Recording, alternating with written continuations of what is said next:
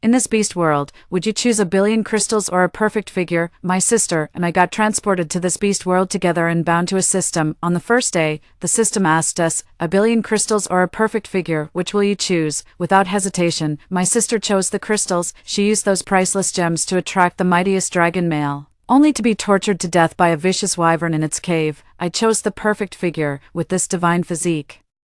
Suitors never ceased pursuing me, and males across all divine realms went wild for me. When I opened my eyes again, my sister and I had returned to that fateful day of choice. This time, she unhesitatingly picked the enviable body. I just smirked. What did she think such beauty would actually bring? It was endless mating seasons, constantly watching out for rogue beasts. One wrong move and you'd be forced into breeding. I never want to relive those days of perpetual terror.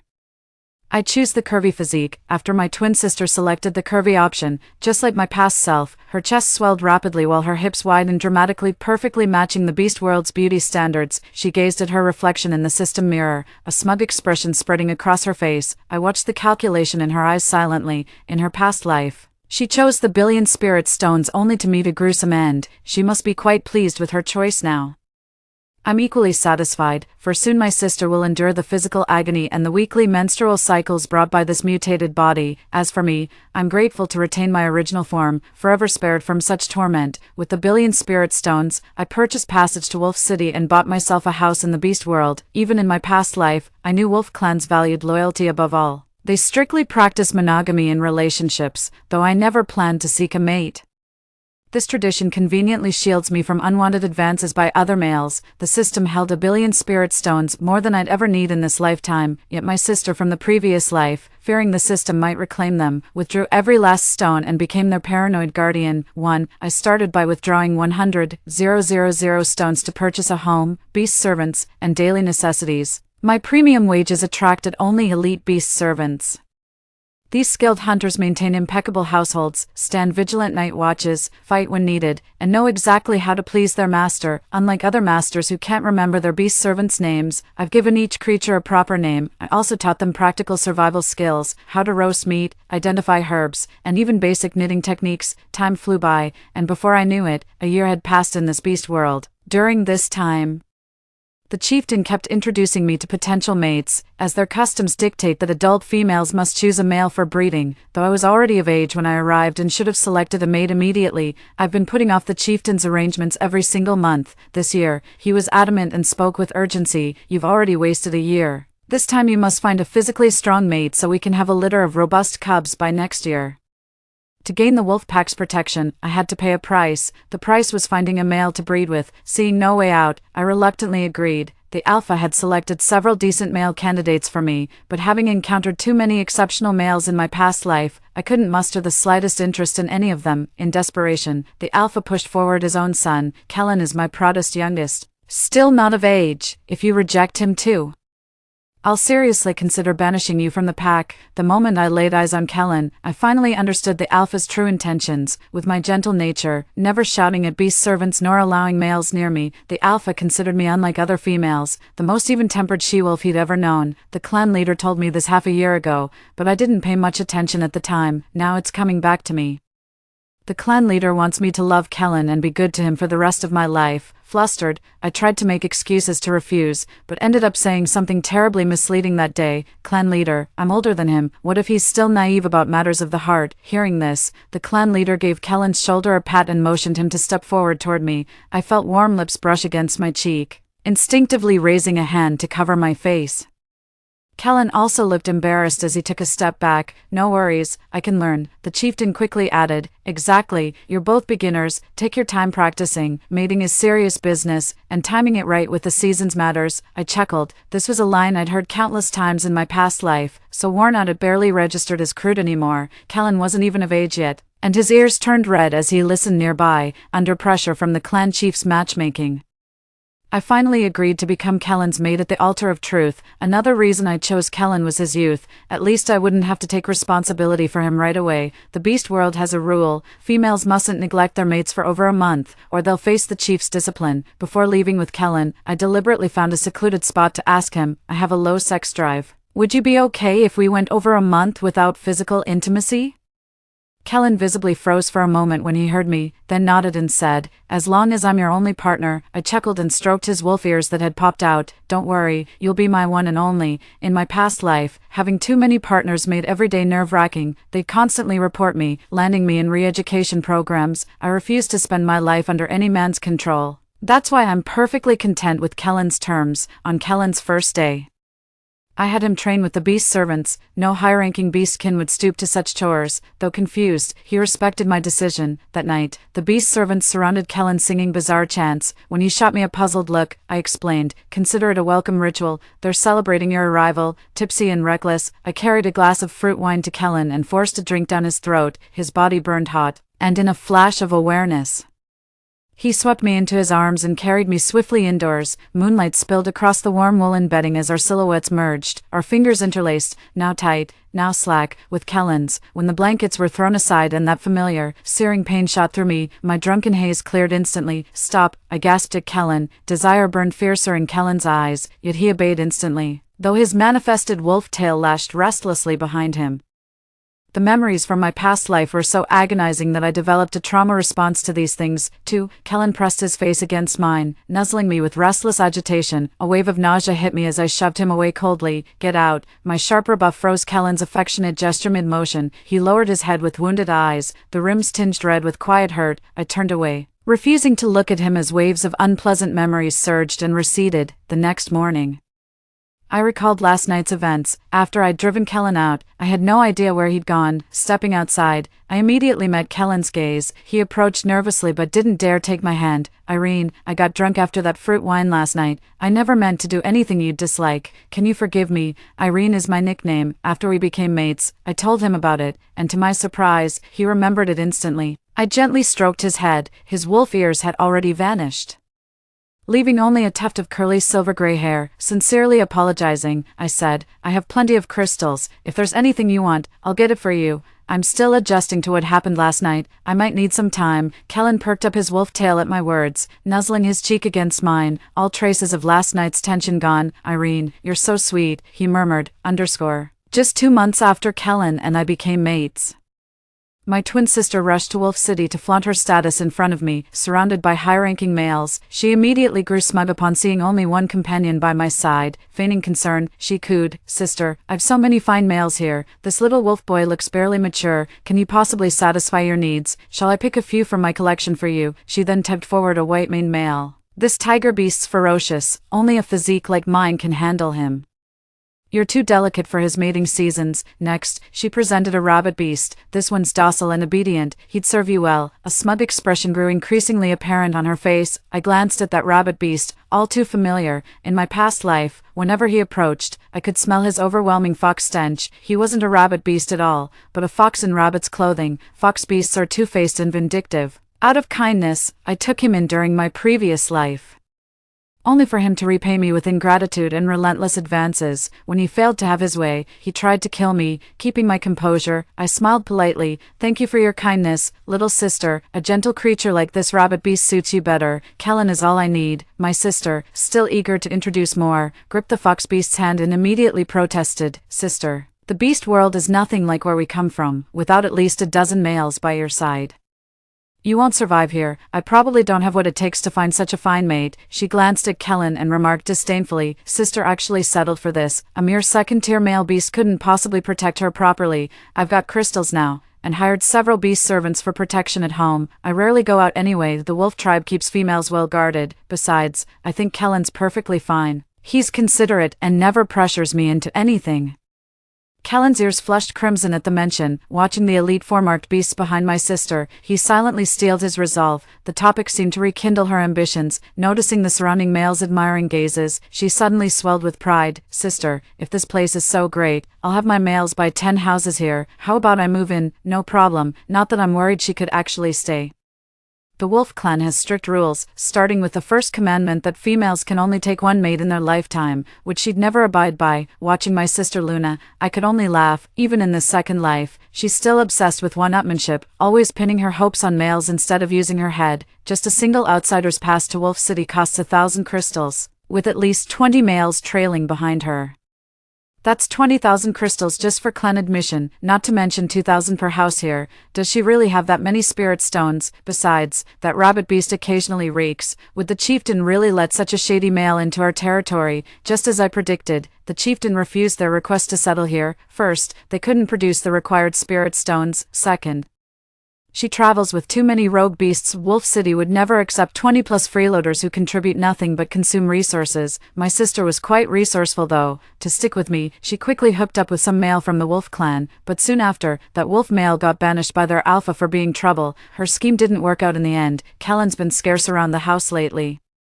I figure the kid just wants to explore more during the warm season, typical youthful restlessness. I didn't pay it much mind, for winter was fast approaching. Soon everything would freeze over, with temperatures plunging below -40 degrees Celsius. Surface food would become scarce, forcing the wolf clans to focus on hunting and storing winter provisions. I too needed to accelerate my business plans. 3 months ago, I invested 1,000 crystals to cultivate 10,000 acres of wasteland in wolf territory.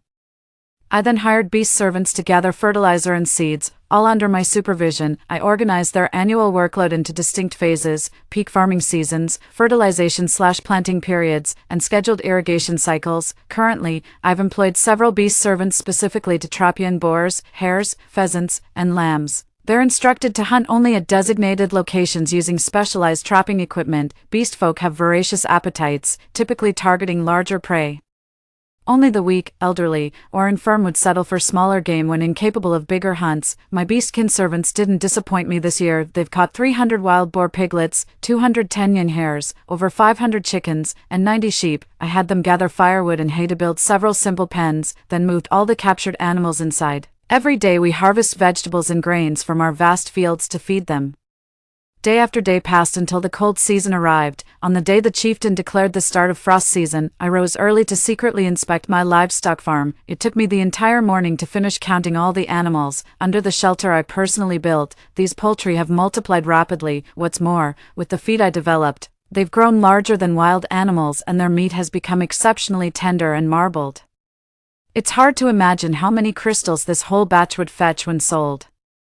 But my goal isn't just about crystals. I aim to strengthen the wolfkin and elevate our standing in the forest. Only then can I achieve true stability in life. Since my farm is quite remote, I've installed security systems around the perimeter and stationed beast servants on constant watch. The wolfkin remain unaware of my massive breeding operation. When the time was right, I had Kellen bring the clan leader to my ranch. The sight of barns overflowing with cattle, sheep, pigs, ducks and chickens left him speechless with awe. After a long pause, he finally managed to ask, "Why you tamed all these creatures yourself?" I nodded and gave Kellen an affectionate pat on the shoulder. That's right, though Kellen here deserves credit too. The place is rather remote, so I had my life partner handle inspecting the beast folk workers instead of making the trip myself. I didn't notice Kellen blushing at my praise. His gaze held not just adoration, but a hint of reverence, the same look beast folk only wore during the annual sacred beast ceremony. The alpha inspected my ranch, counting carefully before declaring, "This will sustain our wolf pack through 3 winter seasons." Irene, you're the most decisive and intelligent female I've ever known. I accepted his praise. In my past life, I dreamed of cultivating fields and ranches in this beast world, but back then, my health deteriorated from the burdens of my ample bosom, and the aggressive males around me frequently banished me to the Forbidden Lands for correction. I never had the time or peace to pursue such ambitions. Now reborn, I count myself fortunate, with a mate who quietly supports me and the wolf alpha who shields me fiercely. On the second night of winter, Kellen remained in human form. His muscular arms cradled me against his chest as he gazed intently. "Irene," he murmured, "the cold will only worsen. Your delicate female frame can't endure it. I'll soon need to hold you in wolf form every night. My days as a man are numbered. Let's try tonight." Without a word, I wrapped my arms tightly around the male's neck, returning his fervent embrace. Irene. The next morning, I woke feeling unusually warm to find Kellen's wolf tail draped over me, his unruly fluffy ears nestled against my neck, alternately tickling and resting peacefully. This was his way of showing affection. I was just about to stroke his wolf ears when I heard an orc shouting my name outside. "Irene, your sister's here. Last time Luna visited, she caught the attention of many male werewolves, so most of them recognize her now." Rising from Kellen's side, I stepped outside and saw Luna being escorted by several males toward a small cabin near my house. The house wasn't big. I'd planned to buy it for a flower bed, but she ended up purchasing it instead. Luna spotted me. glanced at Kellen trailing behind, then greeted me with a smile. Sis, the Alpha approved my joining the werewolf pack. Now we can be together every day. Where are your mates? Her showing up at this critical moment made me uneasy. My little sister had always been a troublemaker with malicious tendencies. I got tired of their nagging, so I dissolved the mating bonds. 3. Her expression darkened momentarily at the mention of those males, but she quickly regained her composure. I'm still young, she said breezily. I'm sure I'll find a mate I truly fancy among the wolf clan. Oh, didn't you like those males before? I leaned against my doorframe, arms crossed over my chest, studying her discreetly. Over a year had passed since the choosing day. Her body had begun showing signs of pain and swelling, her feminine traits still developing, becoming hypersensitive. The slightest touch from a male became unbearable. Let alone that fierce tiger beast she'd mentioned last time. She paled as if remembering something, yet forced a defiant tone. I did fancy them before, but I've grown bored. With this figure, I attract males wherever I go. Why would I care about second-hand toys? I watched her stubborn denial, only for her gaze to shift to the male behind me. Her probing tone carried thinly veiled curiosity. Sister, why are you still with this male? What could possibly make him worthy of your affection? Before I could respond, the male who'd escorted her interjected. Kellen's the chieftain's youngest son, just came of age yesterday. The moment he spoke, both my sister and I turned our attention to Kellen. No wonder Kellen reacted so intensely yesterday. He'd just reached maturity. Luna's eyes changed when she noticed the 4 beast marks on Kellen's wrist. She glanced at me again, looking as if she'd received some shock, but quickly changed the subject. Sister, she asked with concern. Your skin has improved so much lately, and your complexion is glowing. I'm truly happy for you. How did you manage it? Carnivorous beast men eat meat year-round. The males Luna follows are nearly all meat-eaters, and that diet would naturally be unbearable. But I'm different. I have thousands of acres of vegetables, with new dishes every day. My beast servants are well-trained too. As long as I stay home and don't wander out, I avoid all wind and sun exposure. Yet she's trailed by a pack of rogue beastmen, dangerous outcasts no tribe would accept, constantly evading forced mating attempts from these drifters. She likely has no choice but to roam under the harsh elements. I smiled modestly and said, maybe I just got lucky with good genes. How's that possible? We're twins. Why don't mine look as good as yours? Luna shot me a slightly jealous look, convinced I was holding out on some beauty secret. Glancing at Kellen, I said casually, or maybe my Kellen just has exceptional skills. The next second, both of them blushed. Luna kept glancing between Kellen and me. Sis, I need to go tidy up my new place. I'll head back first. Unable to bear it any longer, she slunk away. Right after she left, I went to check on my farm and reinforce the security system. On her 3rd day with the wolf pack, Luna sought out the Alpha's eldest son. After spending a night together outside the camp, the Alpha had no choice but to bring them to the truth stone to formalize their mating bond. On their bonding day, I gifted my sister a necklace, but she had the audacity to demand I hand Kellen over to her. I cut her off mid-sentence. In your dreams, sis, Kellen told me he loves my curves. Backed by the chieftain's eldest son, Luna finally showed her true colors. I no longer wanted to pretend with her either. Since childhood, I've always protected you and put you first in everything. But I've come to realize you're like a bottomless pit, slowly draining my affection for you. Let me warn you, those who crave everything often end up with nothing. Luna remained unfazed. Resources are scarce in the beast world. This past year taught me everything must be fought for, and frankly, I quite enjoy stealing my sister's man. With that, Luna flashed a triumphant smile and walked away hand in hand with Jax, the chieftain's son. Amid cheers and blessings from the beastfolk crowd, ever since our last falling out, I've been worried Luna might do something drastic. Little did I expect the news that she was pregnant, though the clan leader never thought much of this female. Pregnant women receive special care in our tribe. Luna's face has noticeably rounded out these days. Everyone assumes Luna would change after becoming Jax's mate, but I have my doubts. One day when Kellen went out, Luna pretended to sunbathe while secretly tailing him, unaware that I was following her too. I wanted to see what tricks she had up her sleeve. As Kellen reached a forest and began gathering the fruits I'd asked him to bring home, Luna suddenly appeared, wrapping her arms around his waist and pressing her prized curves against him. Kellen instinctively flung her to the ground like trash. Luna whimpered in pain, shooting Kellen a wounded look. Kellen, she pouted, that hurt. You knew it was me. Kellen, his icy gaze rested upon her. Luna nodded, then began removing her furs right before him. Kellen closed his eyes and turned to leave, when her voice stopped him. Look at me, brother Kellen, I truly adore you. I came to the wolf clan just to see you. Last time, I only provoked you because I was jealous seeing you with my sister. Luna's sickening words hung in the air. Kellen turned pale, realizing Irene's sister harbored such feelings. How could he possibly explain this to Irene when he got back? Enough, I only love Irene, I'd never look at another woman, Kellen snapped, turning to leave when Luna's shriek stopped him in his tracks. Kellen, it hurts so bad. I'm carrying your brother's child, please, help me. Luna pulled out all the stops with her desperate act. In the end, Kellen couldn't abandon her, not when she was Irene's sister. The thought of Irene grieving kept him from leaving Luna to her fate. He stepped forward, only for Luna to clumsily throw herself at him like a clumsy goose. From a distance, the sight of a female pouncing on a male looked utterly indecent. Kellen's eyes blazed with fury at Luna's action. He shoved her away violently, sending her crashing belly first onto the ground. Blood immediately gushed from her thigh. She never expected this outcome. Any other male in the beast world would have eagerly taken her when she showed such initiative. A pained cry escaped her lips, too weak to endure. She blacked out the moment her eyelids fluttered shut. Kellen recoiled in disgust at the sight of the stark-naked female, staggering backward before doubling over to vomit violently. Luna was escorted back by the beast servant I'd hired. She was completely unclothed during the return, with fresh blood still streaming down her thighs. The shaman confirmed her unique physique had always made conception difficult. This rare pregnancy ended in miscarriage, permanently destroying her fertility.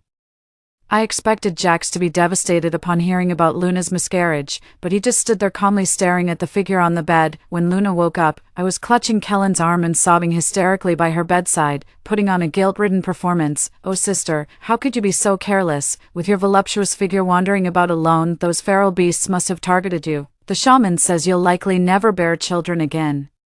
This is all my fault for not protecting you better. Luna stared at Kellen and me in shock, only to discover she couldn't speak. Just muffled whimpers escaped her throat. The sheer hatred in her eyes as she glared at us was unmistakable. Mid-performance, I suddenly felt nauseous, whether from Luna's condition or my own disgust. I couldn't tell. Kellen carried me to the shaman, who took my pulse and announced I was already with child. The shaman warned, the fetus is still delicate.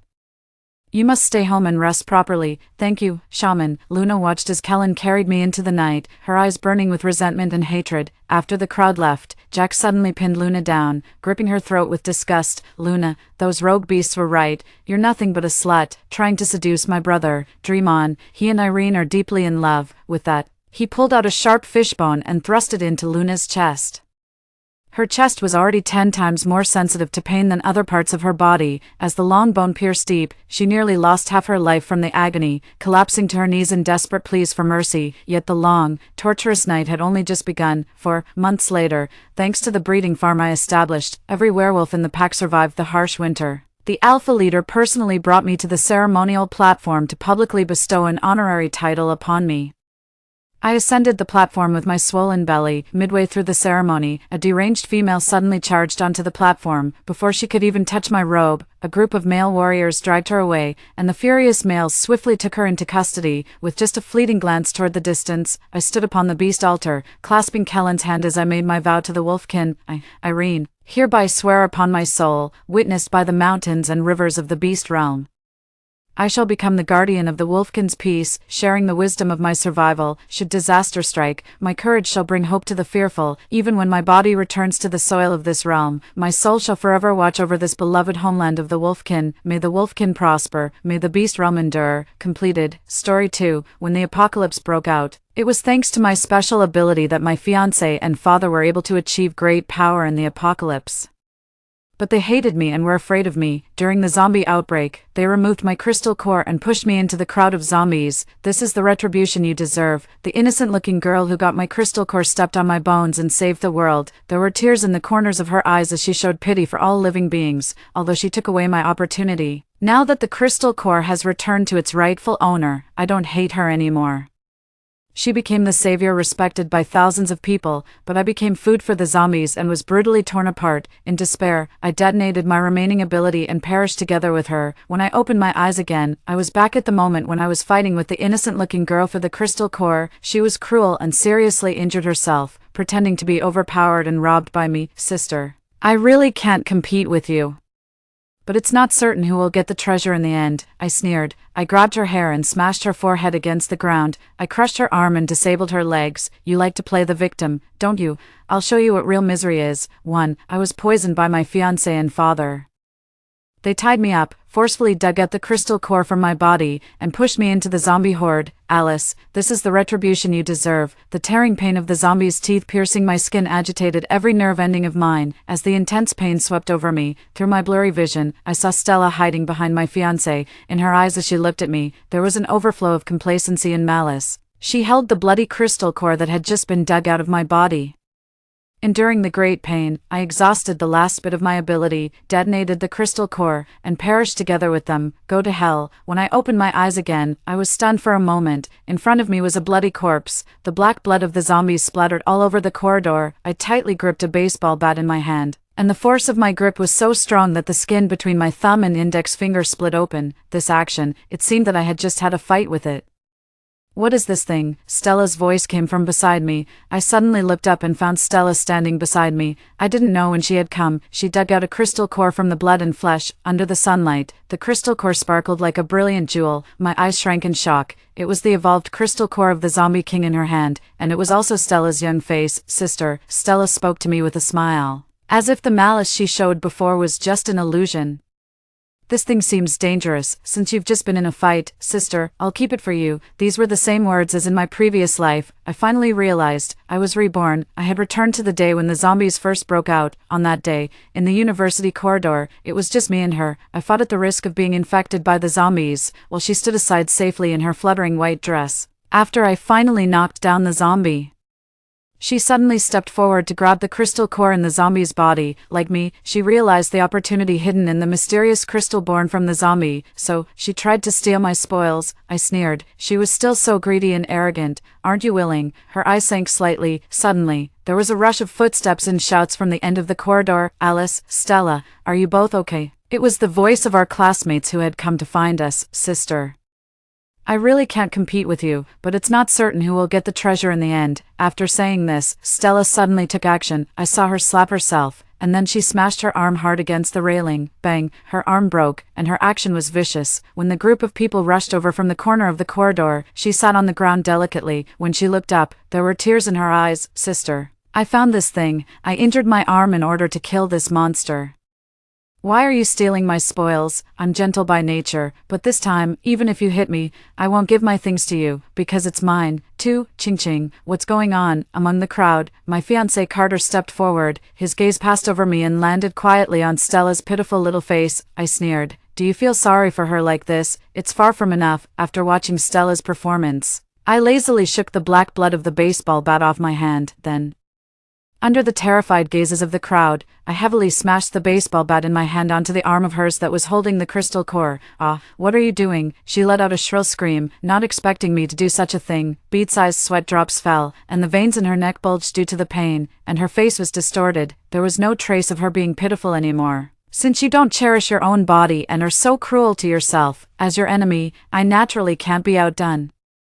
I took the initiative and said, don't come over. She was just bitten by a zombie. Sooner or later, she will be infected and turn into a new zombie. Before she turns into a zombie, I'll knock her out first. Someone in the crowd asked weakly, aren't you supposed to knock her out? Why are you hitting her arm? Remembering the pain of the zombies biting my body with their stinky teeth before I died in my previous life, I said calmly. I was scared, and my hand shook, so I missed. After saying that, I swung the bat viciously again. The baseball bat cut through the air, and all that could be seen was its afterimage in the air as it came crashing down. Her leg took the blow, I said coldly. I missed again. It's still not enough. The anger in my heart hasn't been quelled yet. There was fear in her eyes. Her familiar features reminded me of the vicious and complacent look in her eyes before I died. My target landed on the only surviving part of her.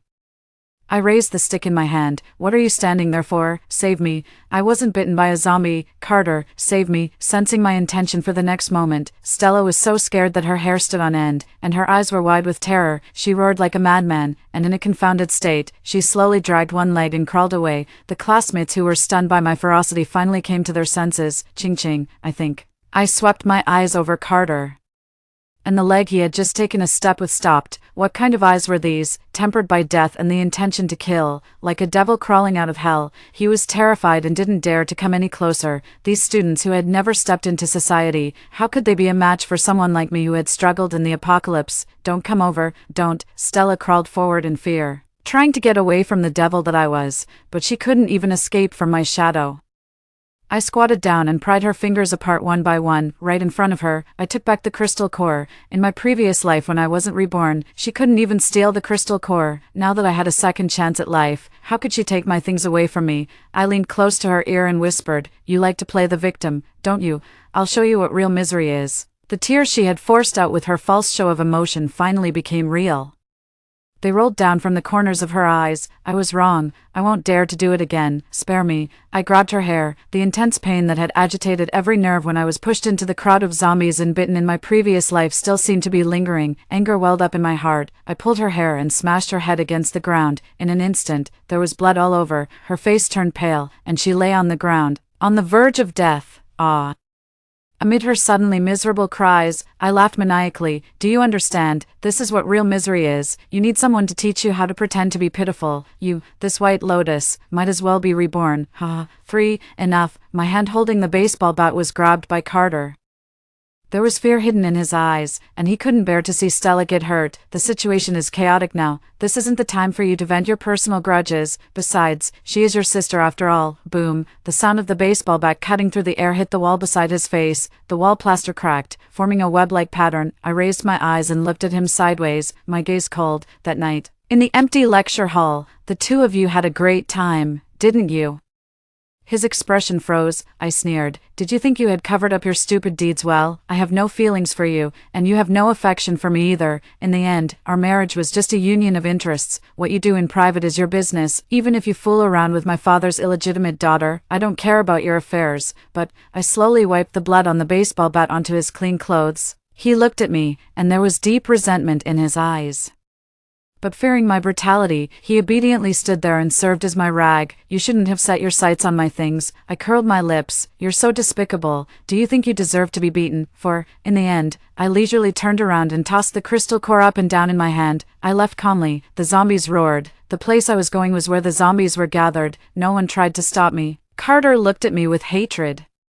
But the hatred hidden in my lowered eyes was no less than his. I will never forget that in my previous life, it was him and Stella who pushed me into the zombie horde and killed me. He hated my existence because it blocked his pursuit of true love, but he didn't have the courage to resist his family. Under Stella's deliberate guidance, his feelings turned into full-fledged hatred for me. In my previous life, in order to get Stella recognized by Alice's family, he endured humiliation and approached me with false pretenses. He saw me as an obstacle in Stella's path of growth and wanted to get rid of me. I saw everything. Since the marriage with the Yu family was beneficial for me to gain more power in Alice's family, I turned a blind eye to their actions, treating them as petty squabbles. I've always been tolerant of things that had utilitarian value. After all, they were all stepping stones for my future. I quietly collected evidence, waiting for that day to come, but who would have thought that the apocalypse suddenly arrived and disrupted my plans? 5. In my previous life, I fought bravely and single-handedly defeated the zombies. I discovered the existence of the crystal core. Stella was greedy and wanted to take it for herself. The sudden change made me lose my patience. I broke her arm with a blow of the bat to knock some sense into her. After that,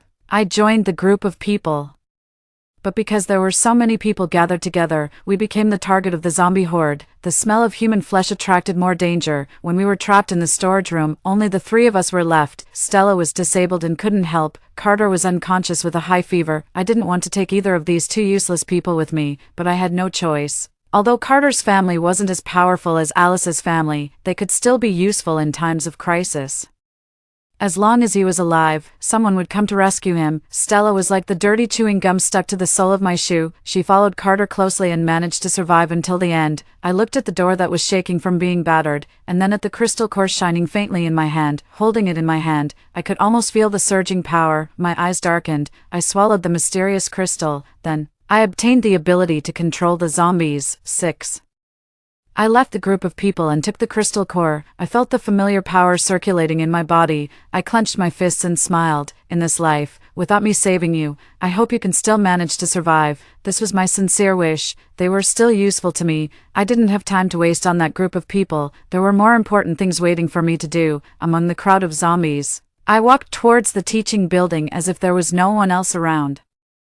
I was going to save someone, the president of the student union, Violet. However, I didn't show up immediately. Instead, I stood outside quietly. I observed this powerful woman who had single-handedly established a base during the chaos of the apocalypse and achieved a dominant position. 7. In my previous life, when the apocalypse came, Violet, relying on the prestige she had accumulated in the student union, selected those who were willing to listen to her. She led the remaining classmates and managed to lead everyone to survive the most chaotic first week with all of them alive before the first batch of rescue arrived. These people later became her solid support, the foundation of her struggle in the apocalypse. She was an outstanding leader. She started from scratch and established the Dawn Base, which stood proudly in this chaotic land. Unfortunately, she refused the recruitment of Alice's family. I had to follow my father's order and eliminate her. A potential threat to Alice's family, she was surrounded by zombies, and all her achievements in the past were destroyed. I walked through the sea of zombies, looking at her on the verge of death with regret. I said, "Violet, what a pity. I thought we could be friends, but you refused the invitation of Alice's family." She coughed up a mouthful of blood and smiled. The concept of friends, for you, can be more accurately described as something that brings benefits. Cough, cough.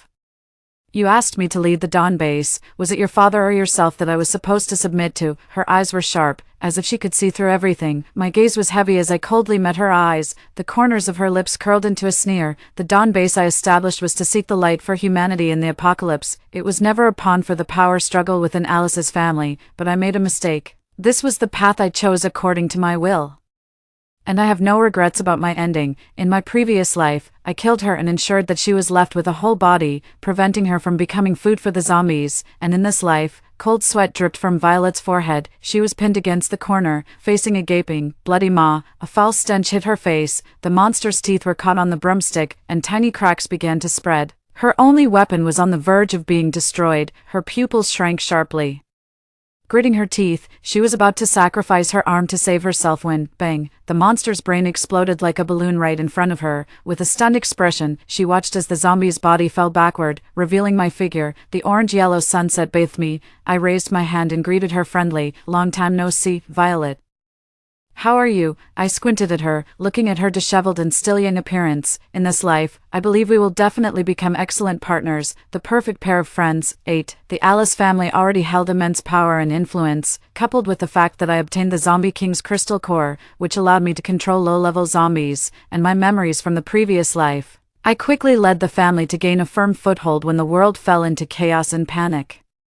Just like in the previous life, I established a survivor base with the Alice family at its power core. A large number of fugitives poured in, and various disputes frequently arose. As the person in charge, I should have been the busiest one, but at this moment, I was lounging with my legs propped up, munching on snacks and flipping through a leisurely book, completely relaxed. The door opened, and Violet, with two huge dark circles under her eyes, entered with a stack of documents.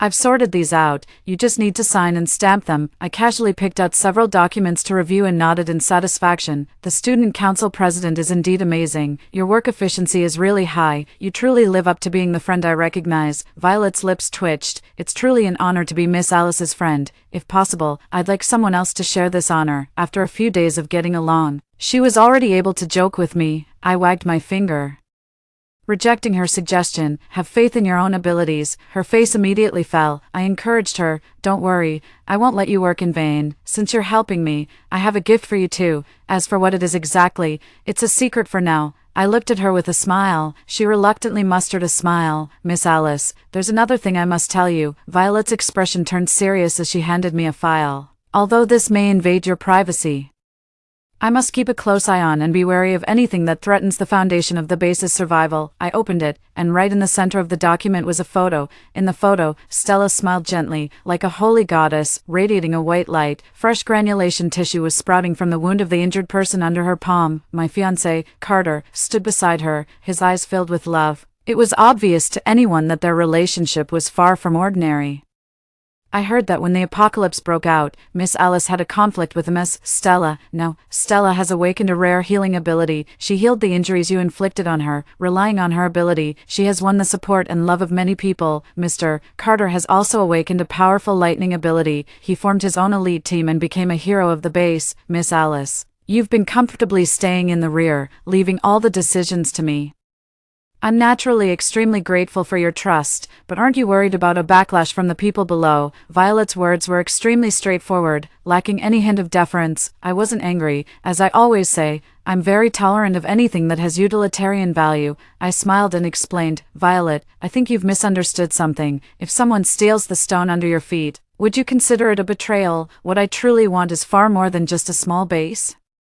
My ambition goes beyond that. 9. At the banquet, the crystal chandeliers sparkled brightly. Wearing an elegant and luxurious gown, I descended the spiral staircase and entered the banquet hall. Even in the apocalypse, the upper class always finds a way to maintain their noble elegance. I swirled the red wine in my glass and smiled. With a shortage of supplies, countless people were suffering, some even selling their bodies and consciences just to get a piece of bread. Yet, in the core safe zone of the base, just 100 miles away, some people were living such a luxurious life. I turned my head and saw the hidden disgust in Violet's eyes. Coming from a poor family, she must be unaccustomed to such scenes. I patted her shoulder. Come on, although this is nominally the base naming banquet, it also symbolizes the reshuffling of the base's power. The competition among various forces has come to a temporary end, after a few months of the apocalypse. Things have finally settled down. As a great contributor, you should relax and stop looking so glum. Violet pursed her lips. But your father refused to attend the banquet. I wasn't surprised. He's always been domineering. One day, when he sees his daughter surpass him, he'll naturally be unwilling to accept it. But the situation is already set. He can't fight against me. Just thinking of the old man's furious face, I smiled wickedly. Things without value have no reason to exist.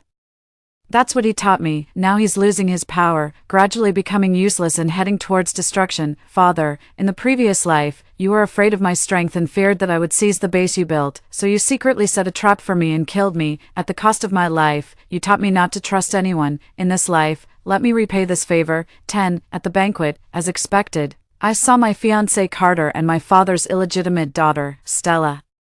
Stella was surrounded by a crowd, shining like the moon among the stars, enjoying everyone's flattery. Carter stood by her side like a knight protecting a princess. When she caught a glimpse of me, fear and resentment flashed in her eyes, but she quickly put on a delicate expression. She called out timidly, Sister. Suddenly, all eyes were on me. Violet whispered in my ear, Miss Stella is respected as a saint by her supporters, relying on the Yu family's influence. She has a high reputation in the base. Your father has also been spending a lot of time with her recently. It seems he intends to make her the face of the base. I understood immediately, so my father couldn't hold back anymore and had started to act. Before I could react, Stella had already started her tearful act. Sister, you must never have thought I'd be able to stand here in one piece, right? Tears streamed down her face, but she wore a determined smile. Back then, you stole the crystal core of the zombie king that I killed, obtained the ability to control low-level zombies, and abandoned me and everyone else. But now I have a healing ability. My broken limbs have been restored. Brother Carter has also awakened a powerful lightning ability. I survived and can save more people. I forgive you, sister. Let's make peace and work together for the future of humanity. Her words earned her the respect and admiration of those around her. Miss Stella truly deserves to be called a saint. Her magnanimity is admirable, but that other one, TSK, stealing treasures and breaking her sister's limbs, so cruel. If Miss Stella had gotten the Zombie King's crystal core, the base would surely be a different place. 11. I held out my hand, and Violet handed me the baseball bat. The very same one I used before. Then, with a smile still on my face, I slowly approached Stella, who looked terrified. Carter, the ever-loyal knight, stepped forward, frowning at me in disgust. Alice, what are you going to do now, making a scene in front of all these guests? I raised an eyebrow and looked at him mockingly. So, you've finally stopped pretending and calling me Ching Ching. With power, you've grown bold enough to talk back to me. When I broke Stella's leg, you were too scared to even breathe, I sneered, hitting his sore spot and mocking his cowardice. Flashed in Carter's eyes, sparks of electricity danced at his fingertips as he prepared to attack. I stood calmly in front of him, fearless in the face of his lightning strike. In the end, all the electricity rebounded onto him, and he collapsed to the ground. Violet used her mental ability to disrupt Carter's attack. She stepped forward and said calmly, Mr. Yu, the person you're trying to attack is the greatest contributor to the establishment of the human survivor base. It's thanks to Miss Alice's ability that there are no zombies within 100 miles of the base. Please show basic respect for the savior of humanity. I bent down and whispered in Carter's ear, Carter, do you know why I only attacked Stella and didn't touch you back then? Violet controlled his body, leaving him unable to move. He could only stare at me in horror with wide eyes. I shook my head. You're still so stupid. I didn't touch you because you were still useful to me. The Alice family needed the family support to stabilize the situation, but now that goal has been achieved, and my father, that sly old fox, has almost completely absorbed and dismantled your remaining strength. Although the lightning ability is precious, there are plenty of powerful people. The only value you have left now is to serve as an example. The early bird gets shot. Amid my solemn sigh, I raised the bat in my hand, blood spilled, staining the carpet red, and a series of screams filled the hall. I smiled and walked toward Stella. This time, no one tried to stop me. Her face was deathly pale, and her body trembled. Tears welled up in her eyes, making her look extremely pitiful. I gently wiped away her tears with my finger. The blood on my fingertip smeared across her face, adding a touch of macabre color. She looked at me with the same fear as if I were a ghost. Don't worry, your ability is very useful. I'll make sure to fully exploit your potential. I won't waste it, but if this is all you've got, you'd better be careful. Be careful not to fall out of favor with father. My eyes were pitch black, like swirling vortices, captivating and terrifying. You were chosen by father to enter this game. If you don't grow quickly. I pointed to the motionless figure on the ground. This will be your fate. Think carefully. Amid the chaos, I left those meaningful words and climbed to the high platform of the banquet hall. Violet quickly restored order and dragged the body away. I picked up the microphone, revealed the theme of today's banquet, and officially named the base, the Dawn base. Violet, who was still busy, froze for a moment, as if she had a premonition. She looked up and met my gaze on the stage, under the dazzling lights. I was adorned with precious jewels, and a few drops of blood splattered on my clothes added a touch of a bloodthirsty aura. Looking at her stunned expression, I enunciated clearly, the Dawn base, a lighthouse of hope in the apocalypse, providing shelter for countless survivors. We seek the light for humanity in this apocalypse and pave the way for the future of mankind. I believe it will definitely live up to my expectations. Amidst the applause, I walked over to her and said, the time has come, let's start the plan. Violet stiffened and gave me a deep look. 12. The banquet ultimately didn't end smoothly. The zombies suddenly rioted and attacked the Dawn base, causing significant losses. My father, the true power behind the Dawn base, emerged during the riot after months of silence. With a stern expression, he issued an order to hunt me down. Alice has been acting brutally and inhumanely, without the base's permission. She used her ability, causing a large number of zombies to gather, severely damaging the base's facilities and resulting in hundreds of casualties. She has now been officially listed as the base's most wanted criminal. The base will provide necessary support and resources to capture her. Those who can provide accurate information or capture her will be handsomely rewarded. In the video, my father's words were merciless, as if I were a sworn enemy. My deputy, Violet, faced with the olive branch extended by my father, ultimately stood behind him, silent like a loyal guard. Stella, no, this time I should call her Naomi. After I fled the base, my father quickly held a celebration banquet for her and acknowledged her existence. Charles still only had one daughter, but it was no longer me. My father had long harbored the intention to kill me, seeing me as a threat to his position. He even went as far as to cooperate with the Zombie King, triggering a zombie horde to frame me and try to get rid of me.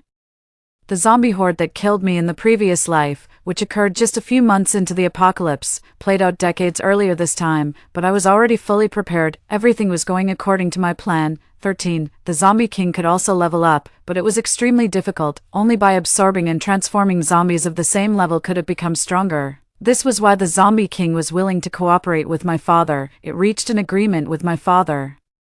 Coveting the Zombie King's crystal core in my body, they triggered the zombie horde to make me unwelcome in the human base. They wanted to kill me when I was at my weakest. Unfortunately, my father was too hasty. In the early days of the apocalypse, both ability users and zombies were like newborn babies. Despite their extraordinary abilities, in the short term, human firearms still held the upper hand. Ominous blackbirds circled overhead. Hordes of zombies surrounded the tall building where I was, a dark mass blocking all exits. I had nowhere to run. I sat calmly on the large sofa, quietly observing the desolate cityscape outside the broken French windows. You're a remarkable human, miss. It took us a whole month to corner you. A figure with rotting flesh appeared behind me. It was clearly more advanced than ordinary zombies, able to speak human language. I looked at the gray sky and asked it, "Do you know why it took a month?" "That doesn't matter.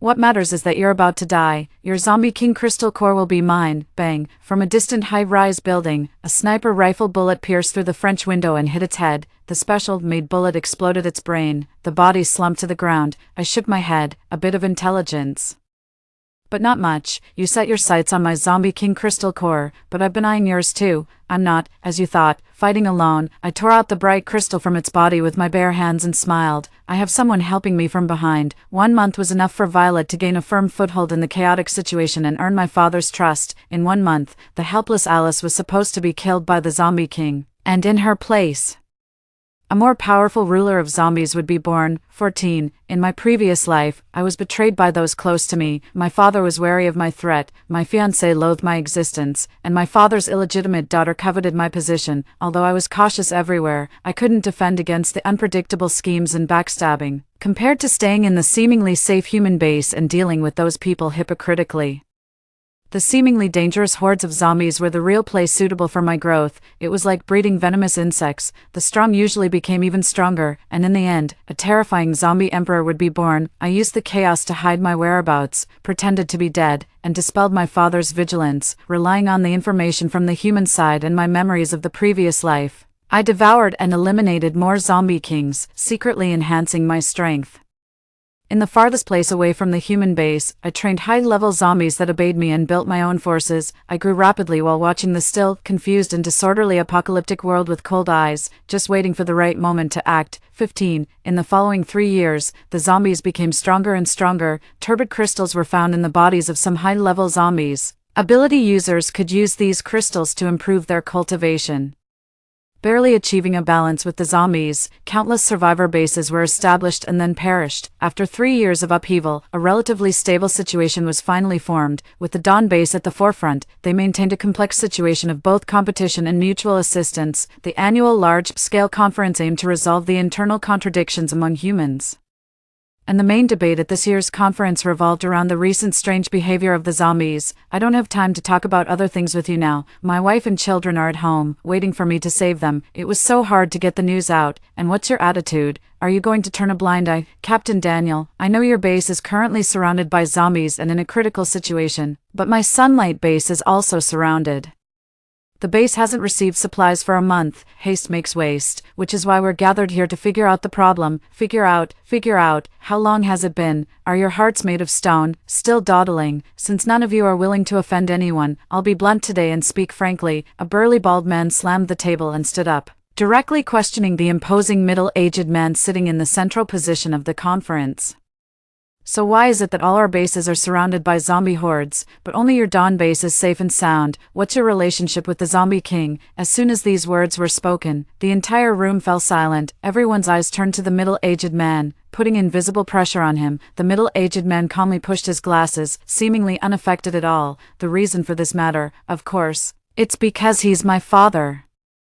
I lazily leaned against the door of the conference room, suddenly making my presence known. Many of the people present were powerful individuals who had gone through countless battles. They immediately recognized that the people following me were unusual. Their stiff movements and pale skin were giveaway signs. Someone exclaimed, "They're high-level zombies. This woman is the Zombie Queen." I squinted at my father, whose expression changed slightly in the central seat, and raised my hand to greet him. "Long time no see, father. How have you been recently?" His calm face finally showed cracks when he saw me. He gritted his teeth and said, "You're not dead." I smiled and said, "That's right. Not only am I not dead, but I also have a gift for you, father." The annual Alliance conference invites all survivor bases to participate, but I've waited for 3 years, and no one has invited the zombie base I established. It's really disappointing, but it doesn't matter.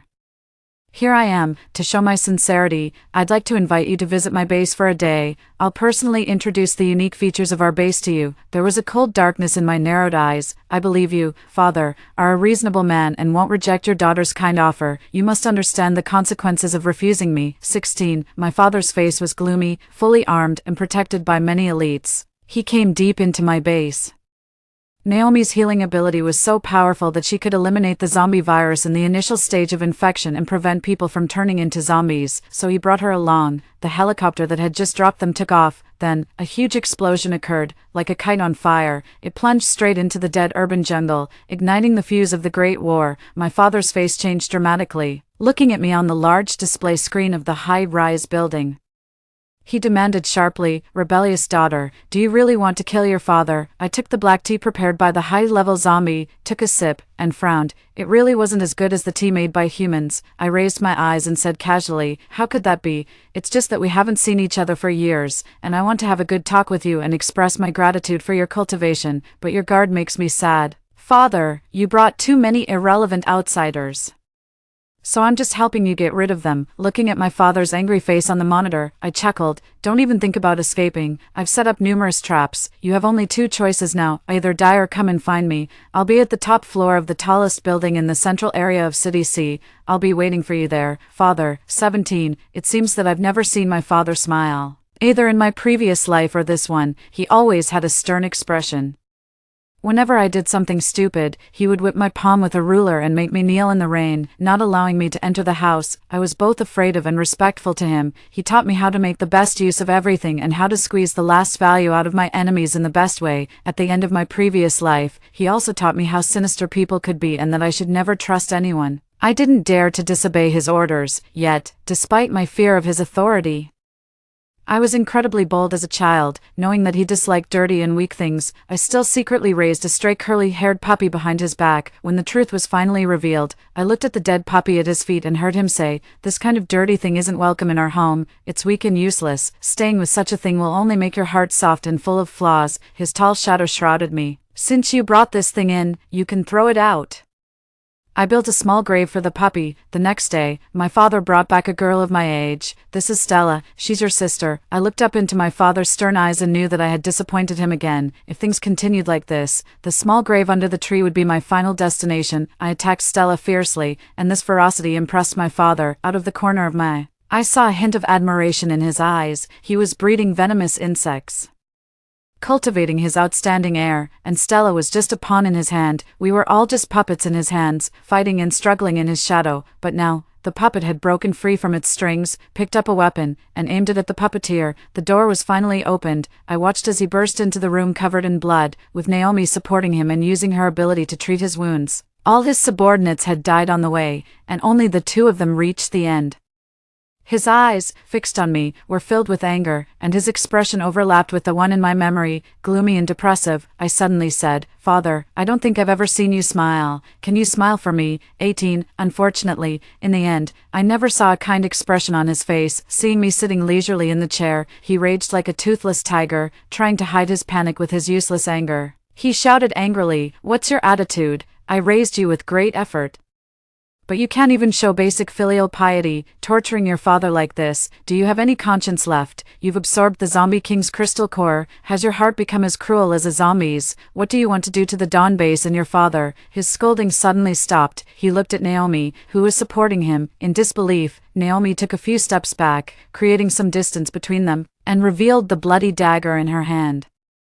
Her eyes showed no sign of obedience or loyalty towards him. She was expressionless, as if she didn't care at all about having killed her father with her own hands. His eyes widened in shock. "How dare you, Father? Don't trust anyone. You should be wary even of the people closest to you. Didn't you teach me that?" I tilted my head. Naomi wiped her hands and promptly made tea for me. My father was so enraged that his eyes almost popped out, and finally, he fell to the ground. 19.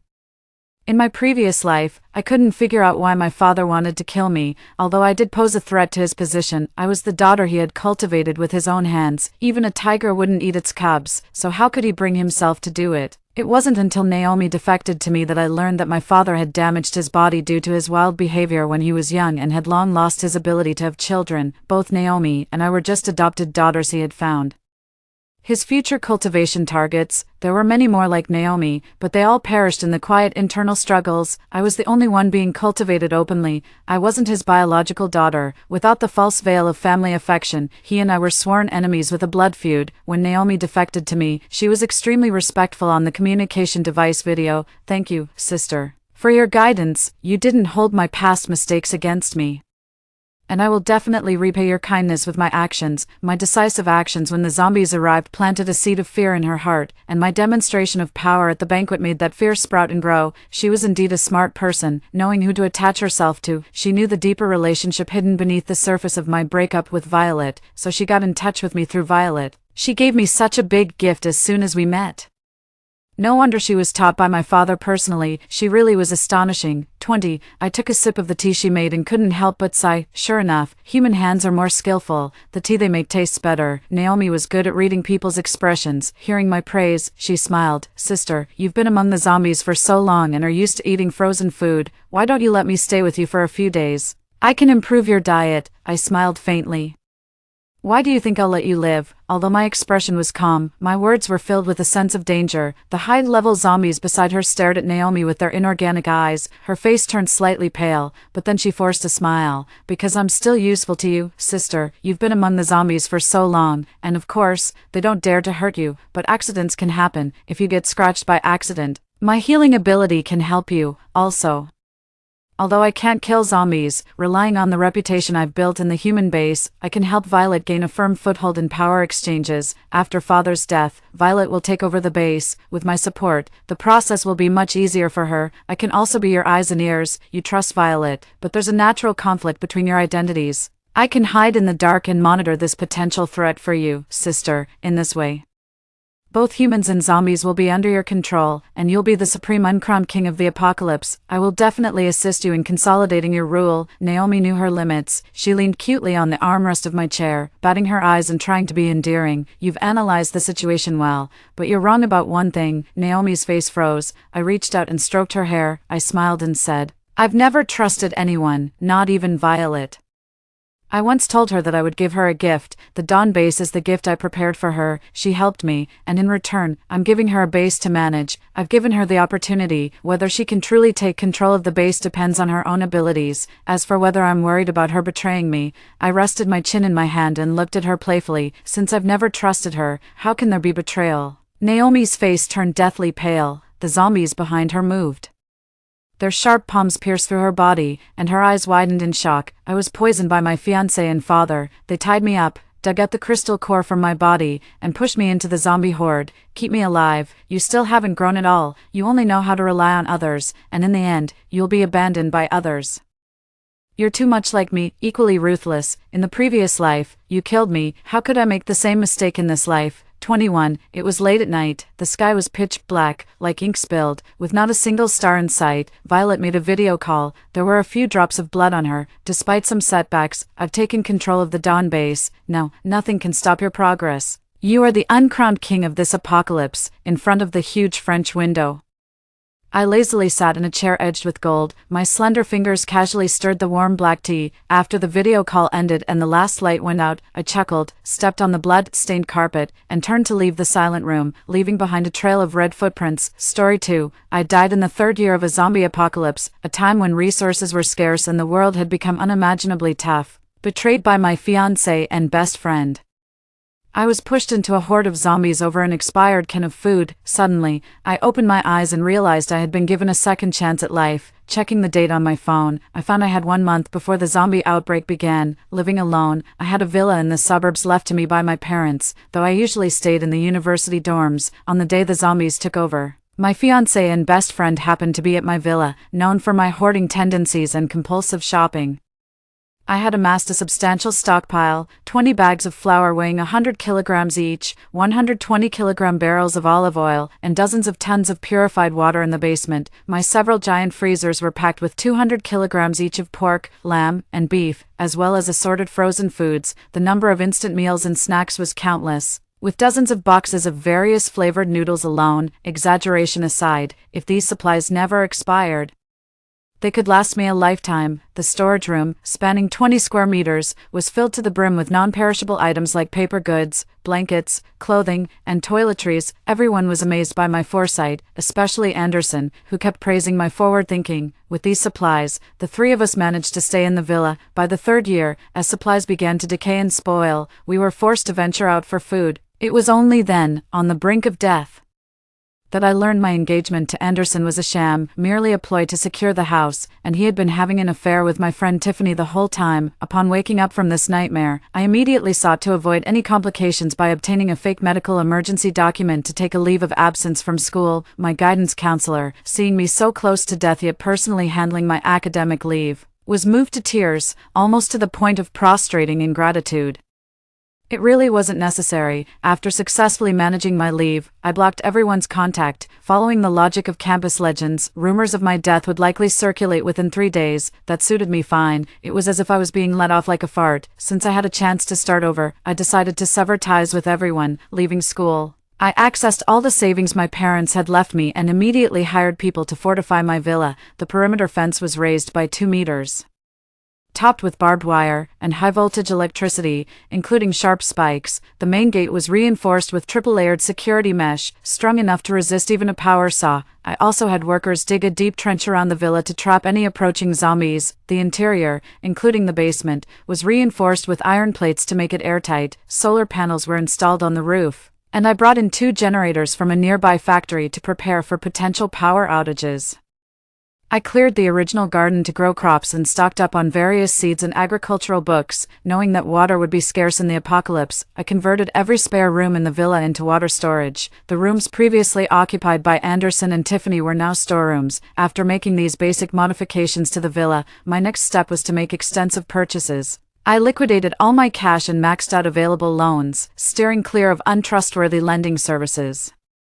Thankfully, online loans helped me gather $5 million. Coincidentally, the largest online shopping festival was happening just 3 days after my rebirth. During these 3 days, while workers reinforced the villa, I shopped relentlessly, stocking up on grains, condiments, toiletries, medical supplies, and ready-to-eat snacks. I claimed every possible coupon and took advantage of every deal, determined to get the most value for my money. When the shopping festival began at midnight, I used my 2 decades of single-honed reflexes to swiftly check out my cart, even snagging many freebies and substantial prizes due to the large amounts I spent. Thanks to the shopping festival, I managed to get nearly $10 million worth of supplies from the supermarket for just $4 million. That night, I went to sleep utterly content. In the days that followed, I was busy receiving deliveries. I organized all the parcels in various storage rooms of my villa, categorizing them meticulously. To maximize space, I dismantled all the packaging boxes but didn't throw them away. Instead, I piled them up on an empty lot of the villa. These cardboard boxes are quite versatile. They can serve as beds or even as firewood. During the days spent remodeling the house and waiting for deliveries, I scavenged through Temu and seafood markets, picking up all sorts of odd items that seemed useless to others: old fishing lines, flint, matches, climbing ropes, drones, camouflage outfits, and professional outdoor gear like storm jackets and hiking boots. These survival tools are usually expensive when new, but I found some secondhand ones that were almost new and at a fraction of the cost. I wasn't fussy about new or old, as long as they worked. That was enough. After finishing the house renovations, I started going out. I needed to buy some items that weren't available online, like weapons. I had already purchased baseball bats and zwilling chef knives, but I was cautious about searching and buying them too frequently, as it might attract the attention of cyber police. I didn't want to waste my precious time dealing with police and explaining why I suddenly prepared so many supplies. In my country, getting weapons was always tricky. I put a lot of effort into it, delving deep into hidden alleys. Eventually, I actually found it: a black market. Weapons were pricey, and the million I had left wasn't enough to buy much. Moreover, the leader of the black market made me nervous. He was incredibly handsome, with a suffocating masculinity. Just his gaze made my calves tremble. I quickly bought 2 guns and 5 magazines of bullets, along with 2 knives, and then I wanted to leave, but as I turned to go, I heard, "Wait, give her 2 more hand grenades." Holding the 2 hand grenades, I was completely at a loss. The man, with a cigarette dangling from his lips, suddenly smiled and asked, "Young lady, what are you buying these for?" I kept my head down, silent. He asked again, "Do you know how to use them?" I softly replied, "I've seen them used on TV." He scoffed. All right, I was thrilled to have purchased the weapons.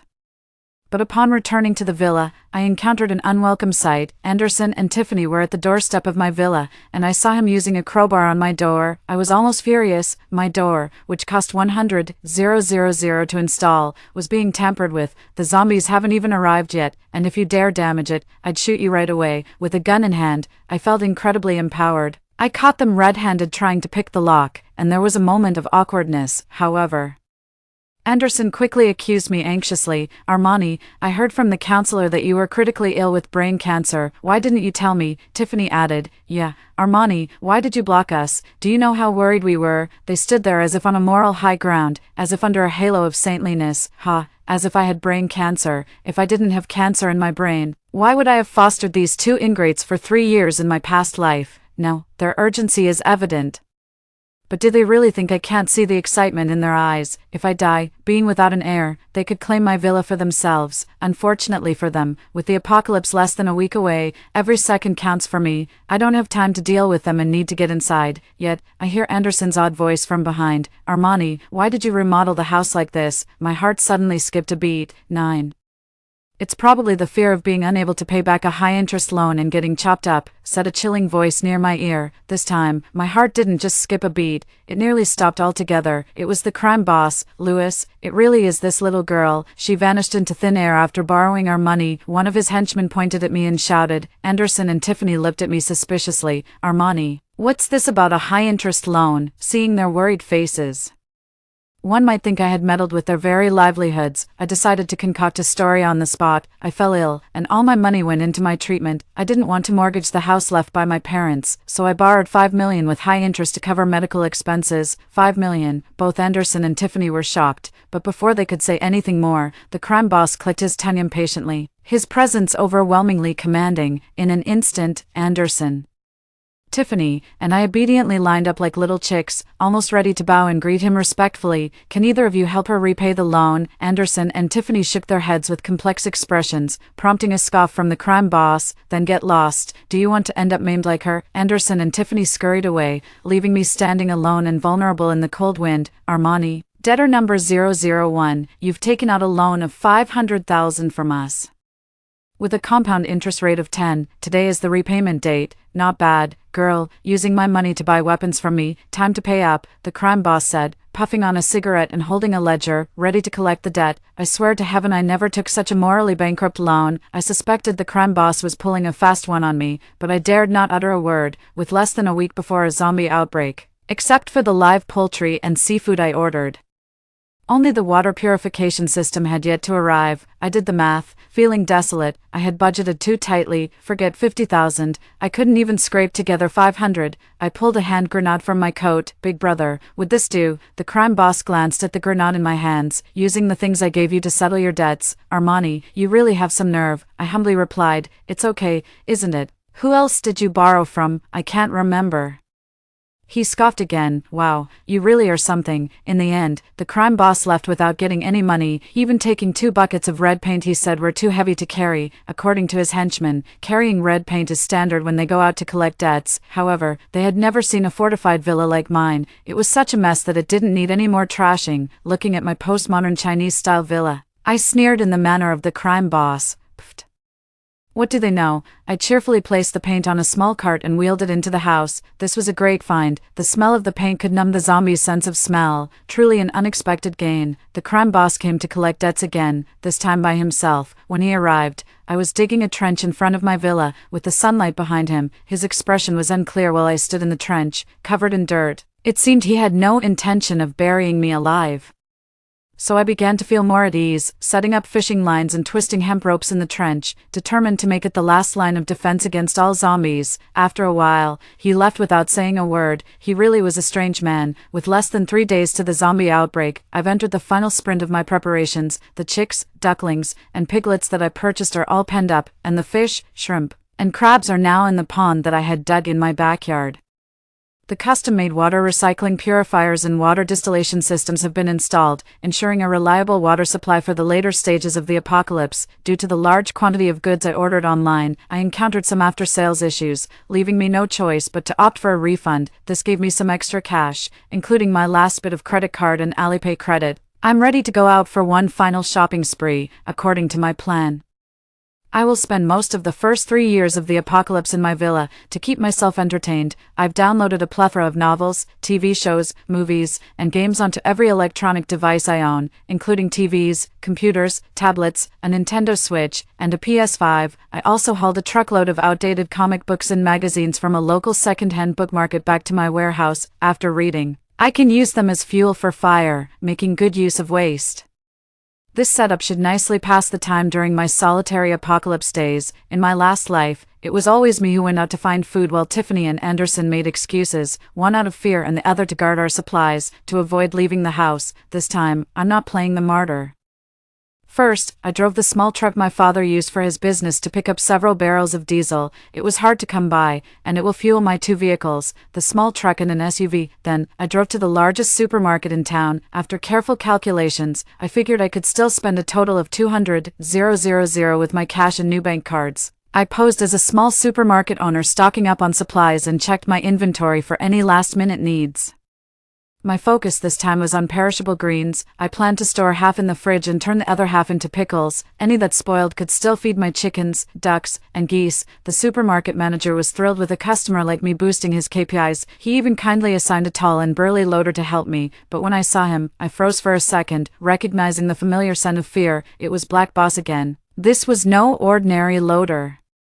The manager had set me up with a top-tier problem. His sharp glance threw me a warning, as if to say, make a wrong move, and you're dead. Surprisingly, once Black Boss changed into the supermarket uniform and toned down his gangster vibe, he almost looked like an innocent young man. I heard the manager call him Louis. Watching a notorious black market boss actually move goods for me was surreal, as he exerted himself. The perfect muscle lines on his arms and neck swayed before my eyes, challenging my limits and making me a bit giddy. Did your loan sharking business finally go under? I blurted out, unable to help my sharp tongue. He shot me a sideways glance. Even if it did, you still owe me money, right? I nodded nonchalantly. With the apocalypse just days away, $500,000 wouldn't even be worth a bag of rice, and I had plenty of rice. Maybe my attitude wasn't sincere enough, as Louis suddenly stopped and frowned at me. You got brain cancer.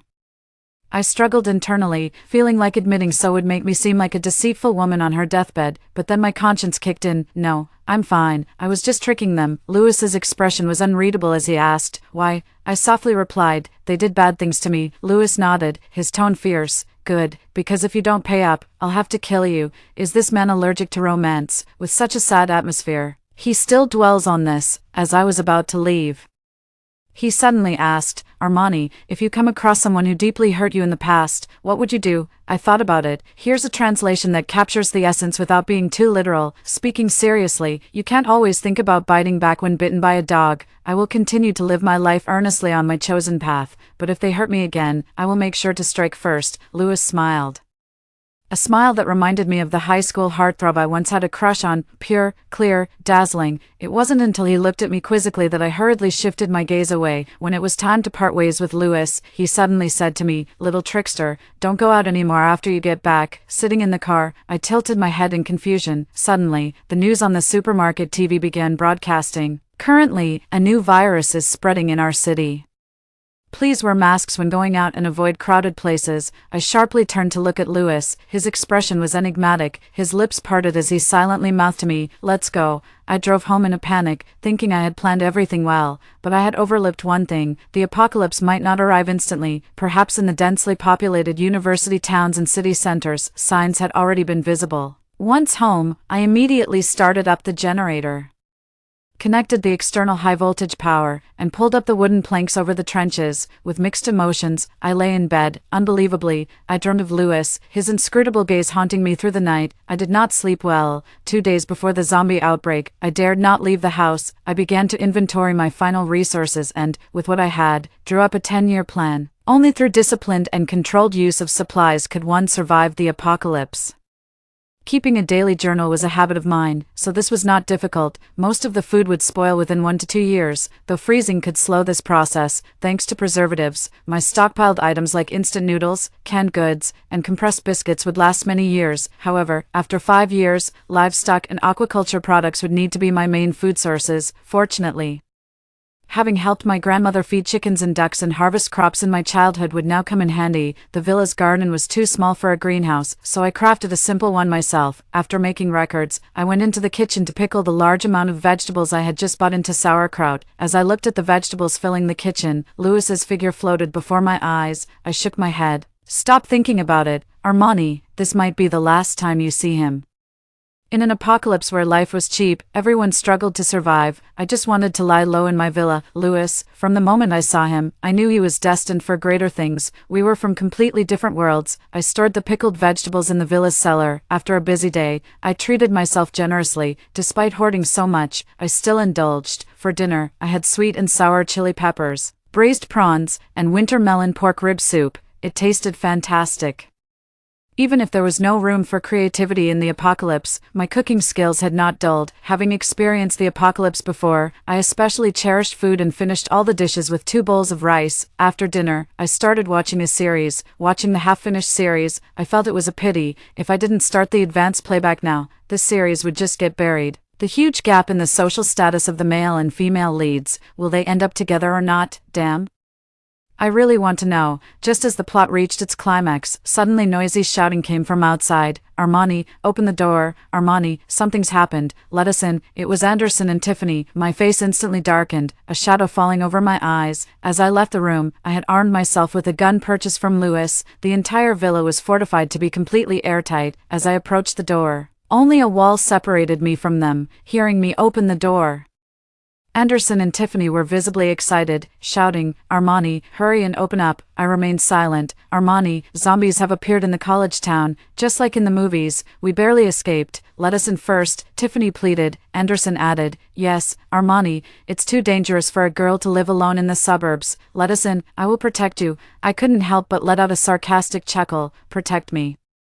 How shameless one must be to utter such words. My laughter made their shouting even more frantic. Suddenly, they quieted down. Through the door, Anderson's voice carried a chilling resentment. Armani, why won't you let us in? How can you stand by and do nothing? Do you know something? And why has your villa suddenly turned into this fortress? Images of Lewis questioning me flashed through my mind. I had always been worried about attracting police attention, but now it seemed the time had come. My custom-made door had 3 layers, an outer stainless steel security gate, a middle layer of electrified wire mesh, and the innermost actual door. I suddenly opened the door. The calculating and vicious expressions on Anderson and Tiffany's faces were evident. Too late to hide. They had many injuries, and I was quite satisfied with the effectiveness of my traps. On seeing me, they stiffened momentarily, then quickly switched to ingratiating smiles.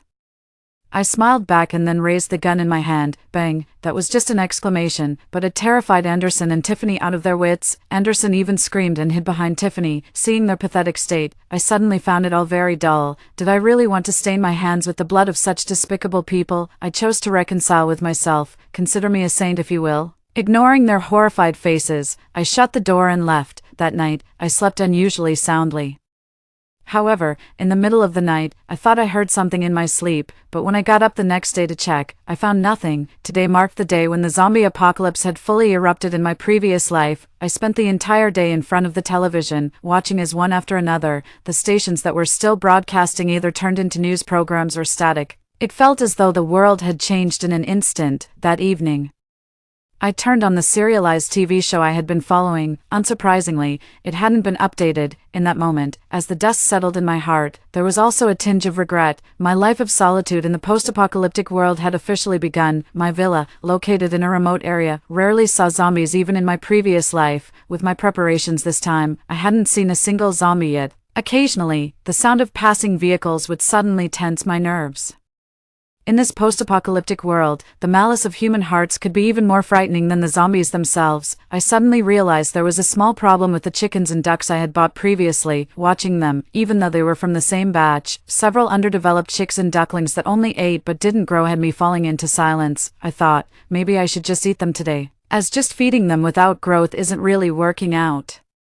What kind of household can sustain such a consumption? However, considering the value of live poultry, I cautiously searched online. Although many websites were abandoned in the early days of the apocalypse, a few were still accessible. After some searching, I discovered that among my batch of meat chickens and ducks, 2 looting chickens and 2 cold ducks had somehow been mixed in. I wondered if they had been mistakenly caught while eloping. The very evening I decided to eat those small, non-growing creatures. As I was sharpening my knife, they each laid an egg. Hesitating for a moment, I marveled at the greatness of nature's life and the animal's will to survive. I put down the kitchen knife and took out the egg incubator I had purchased in advance. I became fascinated with incubating eggs. Every morning as soon as I woke up, I couldn't help but check on those 2 eggs. A week later, I examined the eggs under a light and saw the faintly beating hearts and gradually growing blood vessels inside, which made my eyes tear up a bit. In the apocalypse, new life always brought joy. In the following days, I acted like a diligent chicken mother. Looting chickens and cold ducks have different incubation times and environmental needs. Looting chickens take 16 days, while cold ducks need 26 days.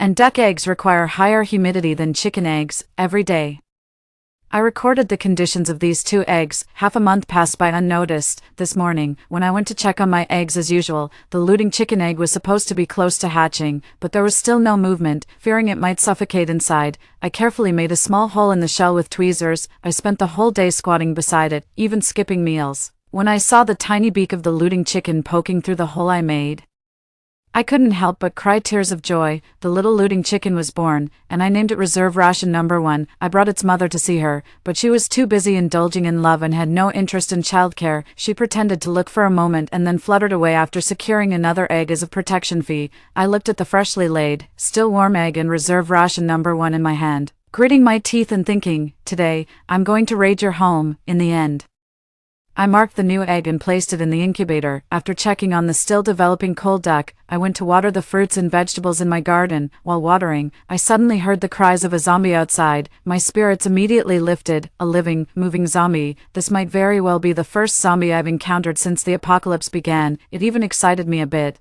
I opened the inner door and felt a strange sense of familiarity when I saw the stumbling limb-missing zombie outside. Living alone for so long, even a zombie seemed attractive to me, but once the novelty wore off, I immediately turned around to grab my machete. Strangely, when I returned, the zombie had vanished. Puzzled, I wondered if it had wandered off somewhere else. I peered around but saw no sign of the zombie, so I reluctantly put down the knife, although itching for some action. I clearly preferred this more laid-back lifestyle. The looting chicken grew quickly. Able to walk and feed itself independently within a week, she was a girl who enjoyed frolicking around the house, leaving little droppings as a mark of her presence. Small, cute, and particularly irritating, the day finally came for the cold duck to hatch, which proved much more challenging than the looting chicken. Fortunately, with some experience under my belt, although it was a close call, I managed, but ultimately, I succeeded in having a great son who shares no blood relation with me and is even of a different race. Recently, a very practical problem presented itself right before me. I sat solemnly in my vegetable garden, observing the main culprits that were forming factions right in front of me. It had been nearly 2 months since the birth of Reserve Food No. 1, and the Rudden chickens only needed 1.5 months to reach maturity. Considering the daily offerings from the initial Rudden chicken, I estimated that I owned about 30 chickens, which would soon contribute to expanding the flock at the rate of 1 egg per day. Enough already. I forced myself to stop this dreadful calculation. Just as I was worrying about how to deal with the chicks I had hatched myself, I suddenly heard from outside the door, "Hello, quick money loans, come to rob money. Dead or no, 001, when are you planning to repay?" I sharply turned my head, suppressing the surprise in my heart, and asked, "Who?" The person outside was clearly impatient, and I unconsciously imagined him scoffing with a cigarette in his mouth. "Your creditor." I opened the small window in the door and peered through the layers of iron mesh at the person outside. Perhaps because of my incredulous stare, he couldn't help but chuckle, dazzled for a moment. My expression grew even more puzzled. Lewis took out his collection book. "Dead or no, 001. Armani, currently 3 installments overdue, with compound interest. You owe a total of 200,000 this period." Seeing my complicated expression, he raised an eyebrow. "Any problems?" I said. "I might look foolish in your eyes, but I'm not blind." Lewis scoffed, showing me the empty ledger. "So, you're not paying?" I earnestly nodded. "I don't have the money." However, just then, a Rudden chicken walked over my foot and left a pile of droppings on my shoe. Seized by a sudden courage, I grabbed the chick and passed it through the small window towards Lewis. Just as my hand was about to touch the high-voltage iron mesh, he suddenly frowned. Wait, this was the first time I saw Lewis raise his voice, and I shivered, my calves trembling again as I reached out. He pursed his lips, seeing the Rudden chicken revealed in my open palm, his eyebrows almost twisted into knots, thinking he was dissatisfied with my offering. I tried hard to sell it. "Don't be fooled by its size. This chicken breeds very quickly, producing a brood in just 1.5 months, and it tastes almost like a regular chicken, very delicious." Lewis and the little chicken in my palm stared at each other, seemingly still unsatisfied. I had no choice but to grab a few more, trying to win by quantity. Through the door, I handed him the chicks one by one. I called out to him, "Take them, quick," as if I were an overly attentive mother. After a brief silence, Lewis took the chickens. The moment our fingers touched, I felt a slight burn. Later, as there were too many chicks, Lewis couldn't hold them all and stuffed them into his pockets. When Lewis left, I saw Reserve Food No. 1 poking its head out of his pocket. It looked up defiantly, flapping its wings against its chest as if questioning my conscience. As Lewis walked away, he left a remark, "This will only count as interest." After dealing with Lewis, I breathed a sigh of relief. I was quite pleased. The problem of too many rotten chickens was neatly solved. Today is our country's Lunar New Year. My apple tree in the backyard has also reached its fruitful harvest season. Hearing the familiar jumbled sounds outside the house, I glanced through the peephole and opened the door. Seeing my outfit, Louis paused for a second. "What are you doing?" His tone unsure. I looked down at my floral jacket, touched my green headscarf, and noticed one hand was dusty. The red and green outfit was quite the sight. "I'm picking apples," I replied. He seemed somewhat skeptical. "Here to collect debts again?" I asked. Louis nodded. I laughed. "What a coincidence." I handed him a bag of apples. "Let these apples offset the debt." "Apples, the fruit of peace. I wish you well." As he took the apples and before leaving, he said with his back towards me, "Happy New Year." I was momentarily stunned, then softly replied, "Happy New Year." After my parents passed away, I got used to spending New Year's alone. In these apocalyptic times, resources are precious, so I didn't splurge, just prepared a few exquisite dishes. I took out some sausages I had made with a stuffer that had been airing out and tasted quite good. Maybe next time Louis comes, I can use them to offset the debt. Suddenly, I found that today Louis seemed especially easy to appease. A few apples were enough to send him on his way. I hope it stays this way. Amen. At night, I took out an old book I had scavenged before the apocalypse and read it with great interest. After some time, I turned off the light, finished my reading notes, and went to bed early. That night, I had a wonderful dream featuring my dearly departed parents. With no zombies in sight, time flies, and soon after the new year, it was already heading towards April. Recently, I discovered tadpoles in my pond, already with tails and hind legs when I found them. Let me discuss a highly controversial topic from the perspective of the origin of the universe. Which came first, the chicken or the egg? There are no frogs in my pond, so where did these tadpoles come from? Worried that the fish might eat these little tadpoles, I set aside a separate area of the pond for them. In the following days, I eagerly awaited the transformation of my tadpoles into bullfrogs, and eventually into spicy pickled bullfrogs. That was until Louis showed up again.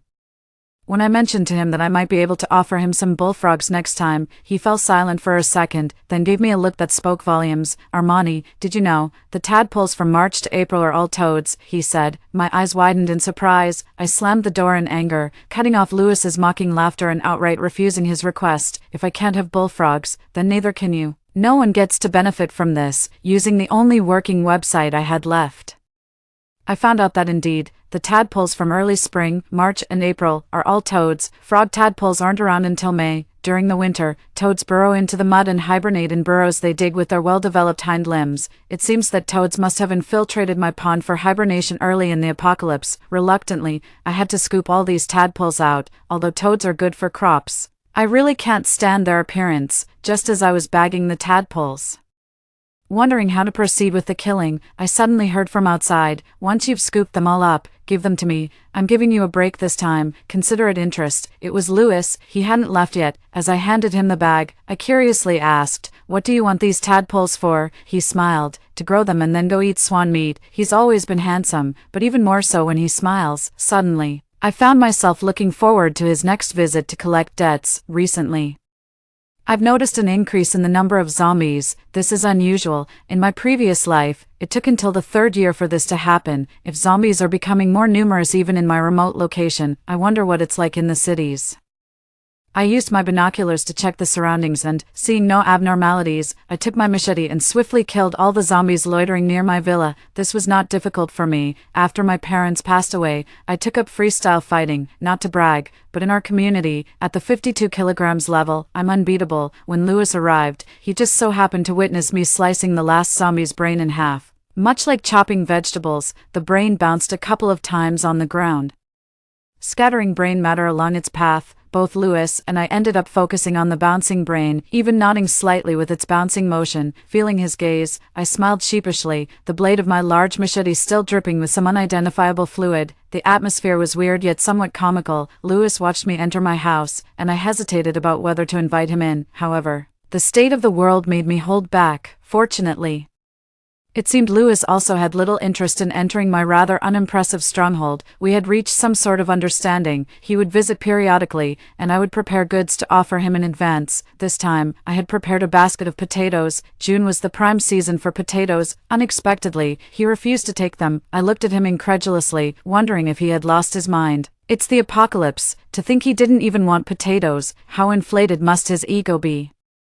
Yet all he said was, "Armani, don't go out anymore, leave the zombies outside alone, others will handle them." I blinked, struggling to grasp his meaning. People will handle it. You mean the property management will come with a forklift to remove the zombies? I asked. Lewis gave me a look that made me feel like a piece of rotting wood. Lewis left, and the words he spoke as he departed inexplicably filled me with unease. Anxiety made it hard for me to sit still. And I suddenly regretted just watching him go without saying anything. Back at the villa, I moved from room to room, checking my supplies over and over, as if that could somehow make me feel secure. As days passed, the intervals between Lewis's visits grew longer. Sometimes, I had to replace the supplies I had prepared as they were at risk of spoiling from the long wait. Then, 3 months went by without a sign of him. I reverted to my solitary lifestyle, no longer needing to worry about supplies. My planted fruits and vegetables were maturing orderly, and my supplies began to grow. Like a tireless squirrel, I started storing the surplus food using various methods to prepare for the second winter since the apocalypse. Living alone was exceedingly lonely, and despite the scarcity of resources in this post-apocalyptic world, I couldn't resist getting a pet. It was a cold duck I had hatched early on, whom I named Dada. Every morning, Dada would peck me awake at my bedside, his small green bean-like eyes staring at me, reminding me of how you used to urge me to meet deadlines. Cold ducks don't eat much. Once grown, they eat 3 meals a day, and aside from their special duck feed, I would add some spoiled vegetables. Dada wasn't picky and ate everything like a garbage can. I was quite pleased with his practicality. Before winter officially began, Lewis appeared again. At that time, I was harvesting radishes, imagining all the dishes and pickles I could make with them. He appeared silently at the door, and as if by telepathy, I hurried to open it, seeing Lewis, thinner and darker, with a scent of blood and gloom that seemed too thick to dissipate. He looked exhausted. Tentatively, I asked, "Are you here to collect a debt?" He shook his head. "I came to see you." At that moment, my heart felt like it was about to leap out of my throat. He noticed my wide-open eyes and slightly curled his lips. Just as he was about to turn and leave, I suddenly spoke. "Lewis, would you like to come in for a bit?" He turned, frowned at me, and said, "Armani, you still haven't learned." His sudden stern tone made me feel both sour and aggrieved. Lewis left, and I had a feeling he wouldn't return this time. Another winter came around. In winter, there are few leafy greens available for consumption. Cabbage, spinach, and radishes are some of the few vegetables that withstand the cold. The piglets I had bought before the apocalypse had grown and had litters of their own, leading to an uncontrollable situation as my garden became increasingly crowded, and the smell was so strong it kept my head buzzing all day. Eventually, considering the limited space, I decided to turn to my pigsty. Slaughtering a pig alone was not easy. The boar, fat and heavy, was tied up by me, and I pinned its head under my foot. With a swift motion of my knife, I ended its life. I then butchered the whole pig, cleaned, and stored different parts separately. This task was far from easy for me. A full-grown male pig about a year old weighs around 400 to 500 kilograms, not to mention the pork. Just the offal alone weighs about 50 kilograms. Their odor is so strong that even zombies would shake their heads at it. After 2 days of continuous work, I finally finished processing the entire pig. When I was done, I realized I had subconsciously set aside a portion. Looking at the extra 50 kilograms of pork and offal I had reserved, I fell silent for a moment. Then I stored them separately in the freezer. As the new year approached, I carefully selected a perfectly shaped piece of pork belly and large intestines to roast. With the remaining quality meat, I made many dumplings filled with pork and green onions, pork with cabbage, and pork with pickled vegetables. I made the dough and rolled out the wrappers myself, shaping each dumpling like a little treasure, plump and mouth-watering. For the new year, fried dishes were a must. I enjoyed eggplant and lotus root patties, and also crispy fried pork. I used the eggplants I had harvested last summer. When I got the lotus roots, I felt somewhat reluctant to use them. Growing aquatic plants like lotus roots was too demanding, and eating them meant having less. As I finished up and looked back, I had prepared more this year compared to the last. With the sounds of zombies roaming outside the villa, the new year quietly arrived, even though I was alone in the villa. I could sense that the spread of zombies this time was worse than in my previous life. I didn't know what was happening outside, but hoped the zombie horde wouldn't reach my villa. Beyond that, there was nothing I could do. This new year, due to the turbulent times, I felt no joy. After eating the New Year's Eve dinner alone and cleaning up the leftovers, I opened a new book, just like last year. The book remained on the title page until nightfall. Suddenly, a familiar roaring sound came from outside, and I rushed out with a belated joy on my face. As I stepped outside, I suddenly paused. Frowning, I turned back to grab my binoculars to look outside, and when I saw that the person in the car was not Lewis, I immediately closed the villa's high-voltage electric gates. To save electricity, the villa lights were off, and I observed the people in the car from the shadows using my binoculars. He looked familiar. He was the same underling who had come with Lewis to collect debts before. He was the one who had gruffly carried down those 2 buckets of red paint. When I saw him get out of the car, I cocked my handgun. Surprisingly, after getting out of the car, he didn't approach my villa. Instead, he raised his hands high, and when he opened his palms, I saw a glossy little chicken inside, proudly raising its head, its sesame seed-sized eyes looked disdainfully at the foolish humans around it. It was clear it was pampered and well-fed, considering there might not be a third person in this apocalypse absurd enough to raise a Redian chicken. I opened the gate, separated by the high-voltage wire fence, the underling, and I stared at each other. He said his name was Thomas, a trusted aide of Lewis. Then, he showed me the tokens Lewis had sent with him. A Redian chicken, an apple, a tomato, and a toad. It seems Lewis really did manage to raise those tadpoles. After showing me these items, he carefully packed them back into his bag like treasures. I was somewhat curious about why Lewis had sent Thomas, but then, Thomas did something that stunned me. He took out the familiar, unwritten ledger that had always been in Lewis's hands and tore it to shreds right in front of me.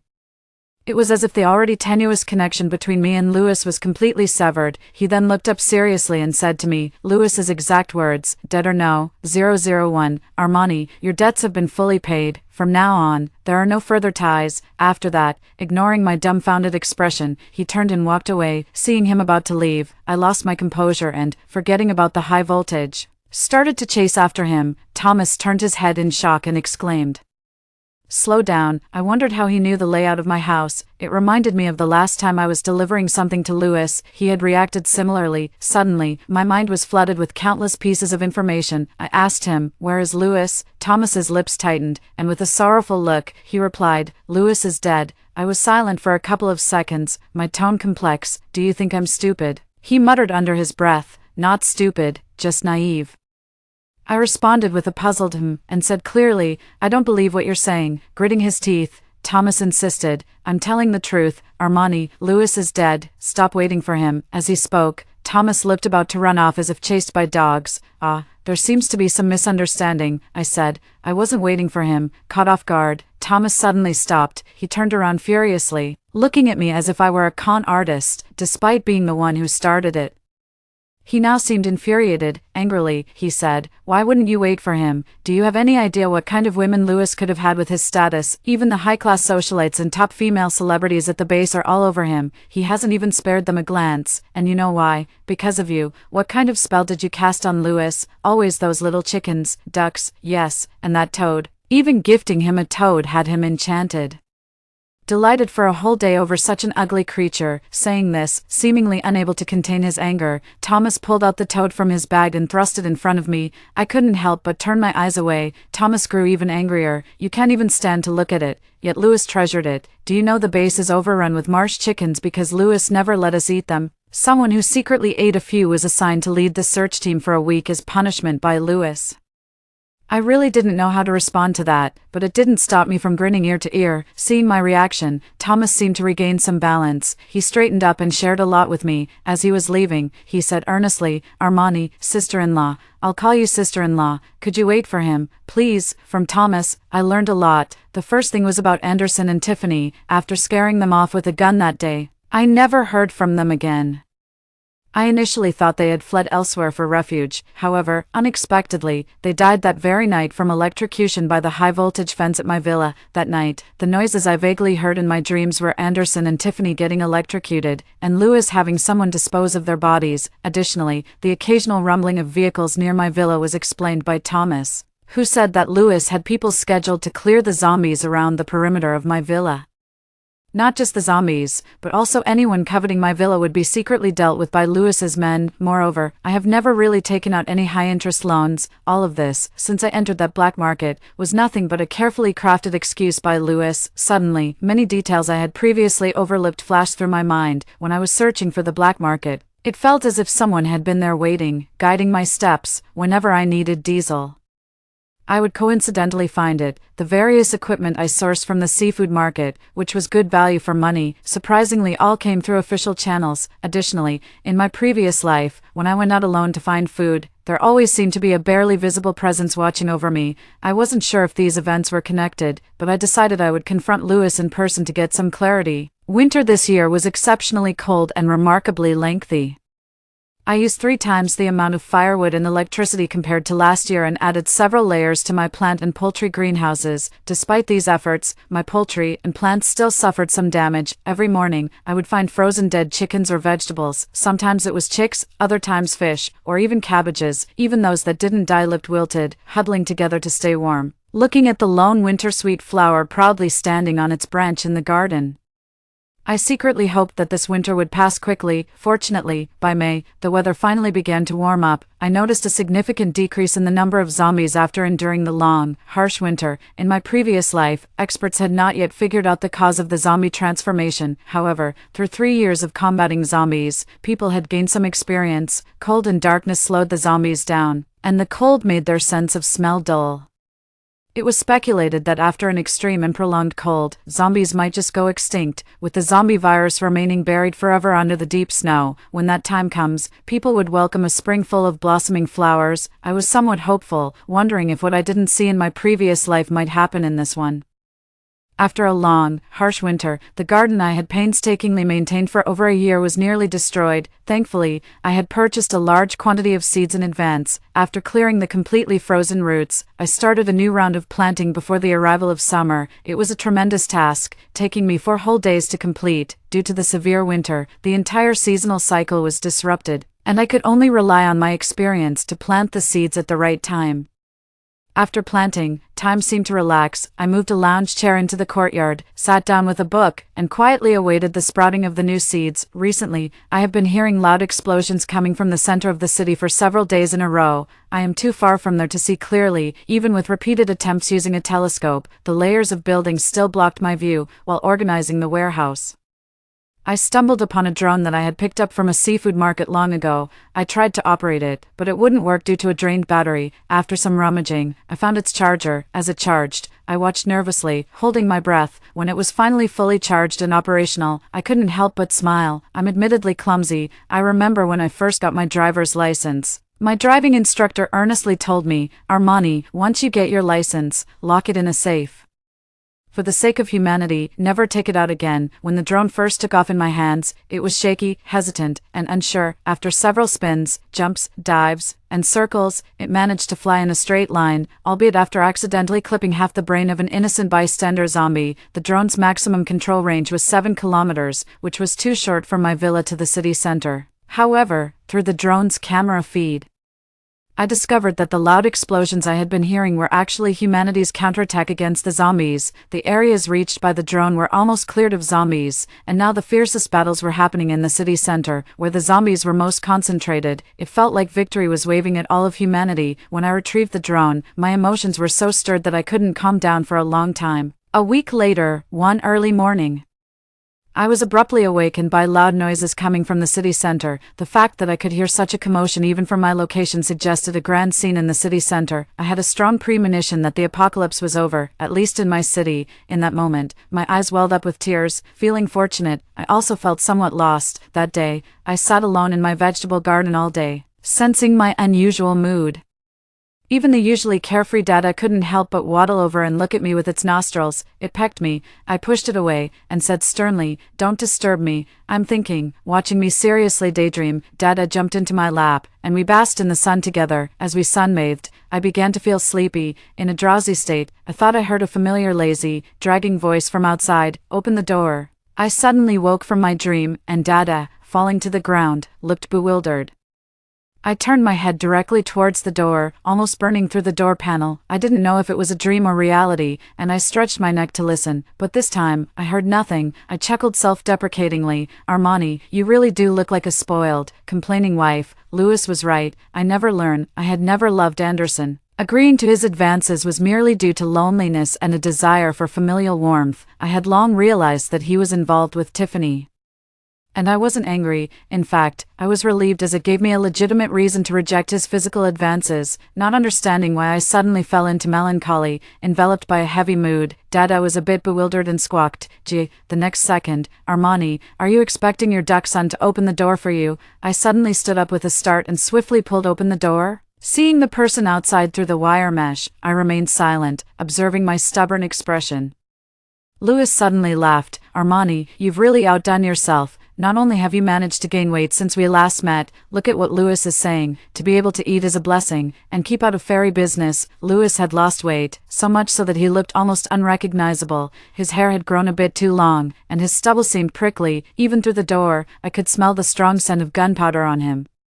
He must have been involved in the recent crackdown in the city center, and it's very likely he had just returned from the front line. Was he here to share the joy of victory with me? After observing him for a while, I couldn't help but blurt out, "Lewis, how could you let yourself go like this?" He frowned at me, as if wondering why I suddenly decided to speak up. We stood facing each other in silence for a while, the atmosphere turning strange. My big toe couldn't help but start fidgeting.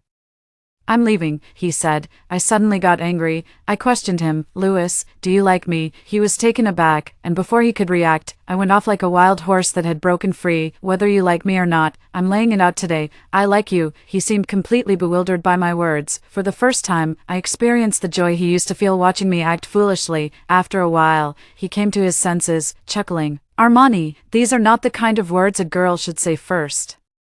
It seemed like there was no one left in the world who mattered to me. I told him, "A fairy gets who she wants." I kicked open the iron gate, and driven by my fierce aura, he respectfully stepped aside. Approaching him, I looked him straight in the eye. This was the first time I stood so close to Lewis. I said, "Don't leave today." After that, I grabbed his hand and led him inside. He let me pull him a few steps, and just as we were about to enter the door, he suddenly grabbed my wrist. Surprised, I turned to look at him. He looked at me seriously and asked, "Armani, do you understand what it means for you to say these things to me, a grown man?" I replied, "Of course I know." "Lewis, you've come this far. Are you backing out at the last step? Weren't you the one who started this?" Hearing my words, Lewis laughed, a mischievous smile spreading across his face. The next second, he took charge, pulling me towards the house with a sense of urgency. Once inside, the cozy atmosphere of my house enveloped us. It seemed like Lewis and I finally snapped out of our reckless moment, both of us feeling awkward just standing there. I tried to act natural. "There's water in the electric heater that I filled up this morning. You go take a shower first. I'll fetch my dad's old razor for you. Oh, and maybe trim your hair. It's almost covering your eyes."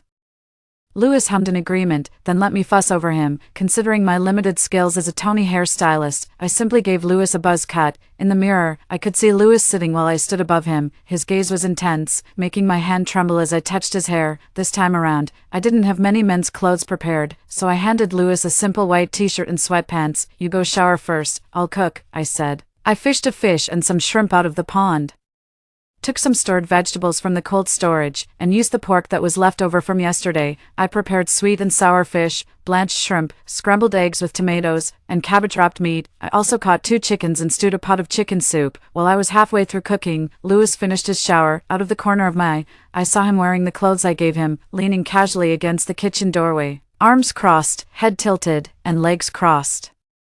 He kept watching me, distracted. I accidentally added an extra spoonful of salt. As the rice bubbled away, I finished cooking the chicken soup, prepared the blanched shrimp with dipping sauce, and seasoned it with scallions, ginger, garlic, soy sauce, steamed fish soy sauce, rice vinegar, sesame oil, hot oil, small chili peppers, and green onions. Mixing everything well, I softly announced, "Dinner's ready." Lewis naturally came over and began serving the dishes I had prepared. When I brought out 2 bowls of rice, he was already sitting there waiting for me. At that moment, it seemed as if Lewis had absorbed the mundane essence of the world. After dinner, Lewis told me a story. He spoke of a man who grew up in the mud, working his way up as a minion in the black market until the apocalypse arrived. The man then helped the black market boss establish a base, which was rife with chaos, violence, and cheap human lives where the living were no different from the dead. Women would trade themselves for a piece of bread, men would betray their wives and children, and friends and relatives would stab each other in the back for survival. When the tension became unbearable, the man would sneak off to a deserted area to smoke during supply runs. One day, a girl appeared in the sanctuary. She was always out gathering supplies, rushed and vigilant. It's worth mentioning that her driving was consistently terrible, often causing the man to worry for her. Over time, the man realized this girl was living with another man and a woman who betrayed her by having an affair in her absence. He knew his interest in her had crossed the line of mere curiosity. In such chaotic times, a man of his humble origins wasn't supposed to dream of love. He cared deeply but had to withdraw his feelings. One day, as usual, he went out for supplies, feeling a sense of foreboding. He was ready for his end. But when he saw the girl being pushed defenselessly into a horde of zombies, he snapped. The gun that should have targeted the zombies was turned without hesitation towards the treacherous couple, and in that moment, he was overwhelmed by the horde. Later, I asked him, "Louis, why didn't you come to find me from the start?" He replied, "Armani, a country must come before a home. In this life, I want to give you a home."